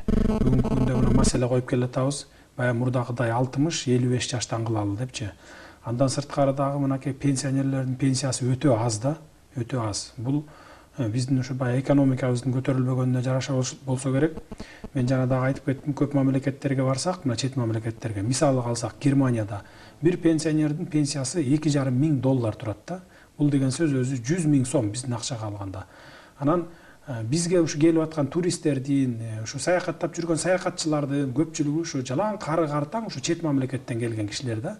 Ушу менин ата энемдин эле ушул же болбосо ушундай бир 60-70-теги абышка кемпирлердин деңгээлинде да. Бардыгы ушулар келип баягы көрсө, пенсиясын чогултуп, 4 ай 5 айлык пенсиясын чогултуп алып анан саякаттап дүйнө жүзүн кыдырат экен да. биздин дагы эне аталарыбыз, пенсияга ушу абышка кемпирлерибиз ушинтип башка мамлекеттерди кыдырса, канабы ошол жагы өкүндүрөт да, ошондой болсо мына жүрөк жылыбайт беле мисалы. А бирок тилекке каршы бүгүнкү күндө пенсия даже чет мамлекетти кыдырганга бияка коюңуз, даже 10 күндүк тамакка жетпей калат да. Ушул жагы өкүндүрөт мени. Эми ушул боюнча кандай иш-чараларды көрсө болот? Закондорду өзгөртсө болобу? Бул боюнча закондорду дагы өзгөртүш керек. Сөзсүз түрдө өзгөртүш керек. Бул бир. Экинчисинен законду мейли кандай кылып, алтындай кылып жасап койбойсуң. Эгерде коррупцияны токтотпосо, ички иш жегиш чиновниктердин оозун жаппаса, сөзсүз бул кете берген иш да. Бул эч убакта оңолбойт. Эмне үчүн дегеним, бир мисал алалы, мисалы. Кытайдан келип аткан товарларга 40 тонна кирип атса, 20 тонна деп оформить этилет дагы, 20 тоннасы баягы чиновниктин чөнтөгүнө кетет. 20 тонна акчанын, то есть 20 тонна товардан түшө турган жанагы аксыздык налог, же болбосо жанакындай бажылык налог, ушулардын баардыгы чиновниктин чөнтөгүнө кетет. Эгерде ошолорду жоюп, напсисин тыйып, чиновниктер баардыгы ошол жагын оңдой турган болсо, аган жеке эле чиновниктер эмес, карапайым калк кошо баягы чогуу биргеликте күрөшүш керек дебедимби? Ошолордун баардыгын тыя турган болсо, ал акчанын баардыгы келип бюджетке отурат дагы. Биздин экономикабыз көтөрүлөт дагы. Бүгүнкү күндө карыларыбыз 500 сом пенсия алып аткан болсо, эртең 5000 сом пенсия алышы мүмкүн. Мына только ушундай жол менен гана оңоого болот. Көзүбүз жетет буга, бирок колубуздан келбей атат да. Ата-эне, бир туулган жер демекчи Садыр Жапаров туулуп өскөн Кең Суу айылынан Кыргызстанга ат кашкасындай таанылган кыргыз мамлекетин түптөгөн белгилүү адамдар чыккан. Түгөлбай Сыдыкбеков, Кусейин Карасаев, Зияш Бектенов сыяктуу инсандар дал ушул айылдан туулуп өсүп, кыргыз элинин келечегине өмүрүн арнашкан адамдар. Ал эми Садырдын атасы Нуркожо ажы бул аймакта эмгекчилдиги жана адамгерчилиги менен эл урматына ээ болгон адам. Байбичеси Кадижан экөө 11 баланы тарбиялап чоңойтса, бүгүн неберелери эл керегине жараган уул кыздардан болушту. Садыр өзүнүн улуу агасы Сабыр менен бирдикте Мобул Заңгырага мечитти өз айылына атасы Нуркожо ажыга арнап өз каражаттарын эсебинен салып беришти. Мындай мисалды Көл кылаасынан эмес, Кыргызстандын сейрек жолуктурууга болот. Сабыр деген бир туугандардын аракети менен Кең Суу айылында элдин, мектептин турмушунда өзгөрүүлөр болгондугун балким айтпай эле койгон туура болор. Анын баарын эл жакшы билет. Ал эми Сабыр Жапаров шайлоо мезгилинде Караколдон 2-турда 347 добуш менен атаандашынан утулат. Сабырдын жанындагылар шайлоо көптөгөн туура эмес аракеттер менен өттү. Атаандашын сотко берели деп демилге көтөргөндө атасы Нуркожо ажы: "Балдарым, бириң өтүп, бириң өтпөй калдың. Кудайдын ушунусуна тобо. Сот моту жок эле иш кылгыла" деп кеңеш айтат. Атанын сөзүн эки кылбаган Сабыр мейли деп атаандашына ак жол каалап, бүгүн ишкердик ишин улантуу менен убара. Атанын сөзүн улап, анын тарбиясын туура алган Садыр өз округунда чарбалык иштер менен гана чектелип калбастан, ыйман, шарият жаатында да колдон келген колдоолорун жасап келет. Быйыл анын аракети менен Санташ айылына биреги Заңгырага мечит курулду. Ал эми Күрмөнт айылындагы Мобул үйдүн үстүнөн суу агып, элди жүдөттү. Муну да депутат колго алып, бир ай мурда толугу менен бүткөрдү. Ал эми ага ыраазы болгон адамдар чын дилдеринен рахмат айтышты. Депутату нашему большое спасибо, что нам помог крышу закрыть, что помог нам материалами, помог деньгами. Большое, очень большое спасибо от жителей нашего дома. Bizde bir ele 4 этаж үй бар. Биздин ушундай мягкий кровля болчу. Анан эмне кылабыз? Биз ар кайсы жердин баарына чуркап эле жүрүп, эч кандай эчтеме болбогондо Садырга кайрылганбыз. Садырга Нуркожо эчкем рахмат, иштерине ийгилик, баардыгы жакшылык болсун. Кийинки жашоосуна деле кааларыбыз ошол эле ийгилик. Ушундай элдин камын көрүп, элдин ыйын угуп, ушинтип келип бизге жардам бергенине чоң рахмат. Биздин Маврика дом культурабыз Союздун убагында аябай жакшы болду. Кийинчерээк Союз урагандан кийин бул дом культурабыз чындыгында жарабай калган. Мындан 5 жыл мурун ушул дом культуранын үстүн жаптырып эметкенбиз. Андан кийинки чындыгында биздин каражатыбыз жеткен эмес. Былтыр уже айыл өкмөтүнүн күчү менен чуркап жүрүп, ушул аракети менен Маврики проектин жазып, ушуну киргизген. Анан киргизгенден кийин буган дагы бир чоң рахматыбызды айтыш керек. Биздин жогорку кеңештин депутаты Садыр Нуркожо ушул ишке дагы чоң салымын кошкон экен. Бул үчүн дагы ошол чоң салымына чоң рахмат айтабыз. Азыр Кудайга шүкүр мына дом культурабыз бүтүп, ушул дом культурага бүгүн ушу открытиясын өткөрүп, ушу элге бир ошол жөнүндө аздыр көптүр ушу жарык маанайда ушу бир аракетин тоюн же болбосо ошо концерттик эмесин өткөргөн отурабыз. Эми бизге Морики клуб тууралуу бардык жетекчилерге ыраазыбыз. Мисалы үчүн Жапаров Садыр абдан чоң демилге берди. Ушу клуб тууралуу айлыбызга дагы абдан чоң жардамдарын берип атат.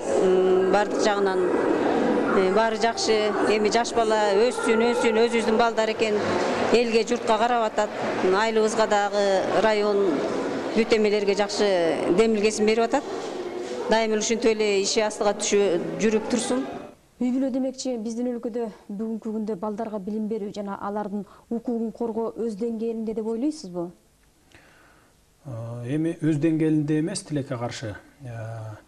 Мына мен жана жогоруда айтып кеттим, мен ушул шайлоого чыгып атканда менин программамдын бирөөсү ушул окуучу балдарга көңүл буруу эле да, ушу мектеп окуучуларына. Кандай көңүл буруу? Жанакы мектепке чогултулат эмеспи? Окууга, китепке мынча акча төлөгүлө, мектептин ремонтуна мынча акча төлөгүлө деп ар бир балага. Мисалы бир үйдө 5 бала окуса, ар бирөөнө бир айтпаганда ошол баягы окуу куралдары менен эсептегенде 5000 сом акча кетет. Бул 5000 сом деген сөз өзүңүз билесиз, айылдык жерде бул бир эмес 2 үй бүлөнүн 1 жылдык бюджети деп койсок болот да. Ошону төлөй албаганын көрүп туруп, мен ушу бир программамдын 2-чи бөлүгүндө ушуну киргиздим эле. Бекер окутуу, китептерди, то есть баягы окуу китептерин бекер берүү. Андан сырткары мектептин ремонтун дагы өкмөт тараптан кылуу деп. Менин парламентке келип биринчи эле очерет ушул бекер окутуу боюнча, китептерди бекер берүү боюнча, анан жана мектептин ремонтун бекер жасаш боюнча маселе койдум дагы. Былтыр ушу 2005-жылы кышында бюджетти караганда, ушу 2006-жылдын бюджетин караганда 100 миллион сом китепке, 100 миллион сом мектептин ремонтторуна да бөлүнүп берилди. Кудай буйруп, мынакей 2006-жылы бир дагы ата-энеден акча чогултулган жок. Китепке деп, жанагындай мектептин ремонтуна деп акча чогултулган жок да. Бул менин ушу бирден бир чоң жетишкендиктерим болду. Жана мен жогоруда айтпадымбы, ушу бир Сартологой айылына бир тегирмен бердим, себеби ушу балдардын окуусун бекер кылыш үчүн, китебин, мектептин ремонтуна түшкөн пайдадан ошол мектептин ремонтуна жумшаш үчүн деп. Себеби айылдуу жерлерде көрүп атабыз да, энаталар абдан кыйналат да. 3 эле баласы окуса, ошо 3 баласына жумшап 10-классты бүтүрүп чыгарып кетиш үчүн бир топ өмүрүн жумшап коет, бир топ акча каражатын жумшап коет. Эгерде өкмөт тараптан жардам берсек, сөзсүз түрдө аларга жеңилдик болот. Мына жеңилдик болду бир топ эле энаталарга. Кудай буйрса, быйыл дагы мына мен маселе коюп атам. Быйыл дагы ал эмес андан көбүрөөк акча коюп бөлүп, то есть баягы ушундай бир мектептин окуучуларына, окуу китептерине ушундай жардамдарды берели деп туруп атабыз да.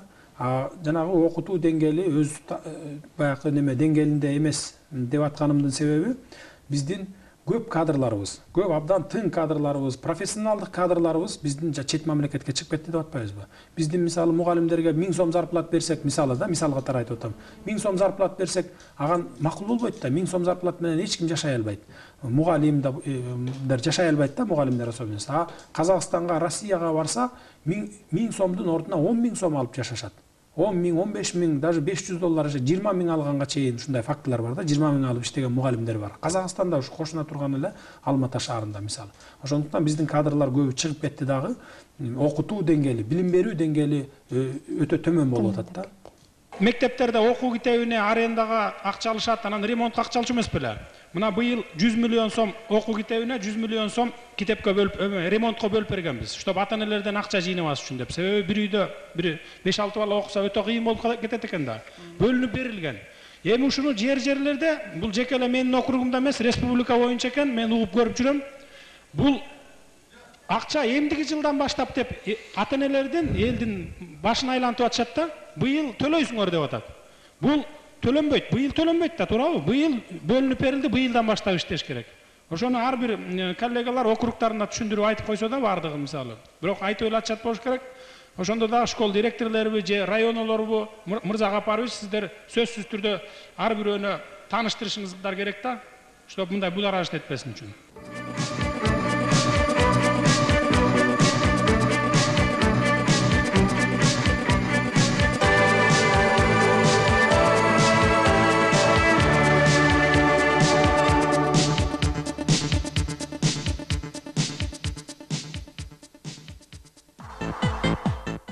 Депутат Садыр Жапаров менен болгон дилмаекте сиз үчүн баарынан эмне кымбат деген суроо койдук. Ал жылмая ата журтум жана адамдык намысым деп жооп берди.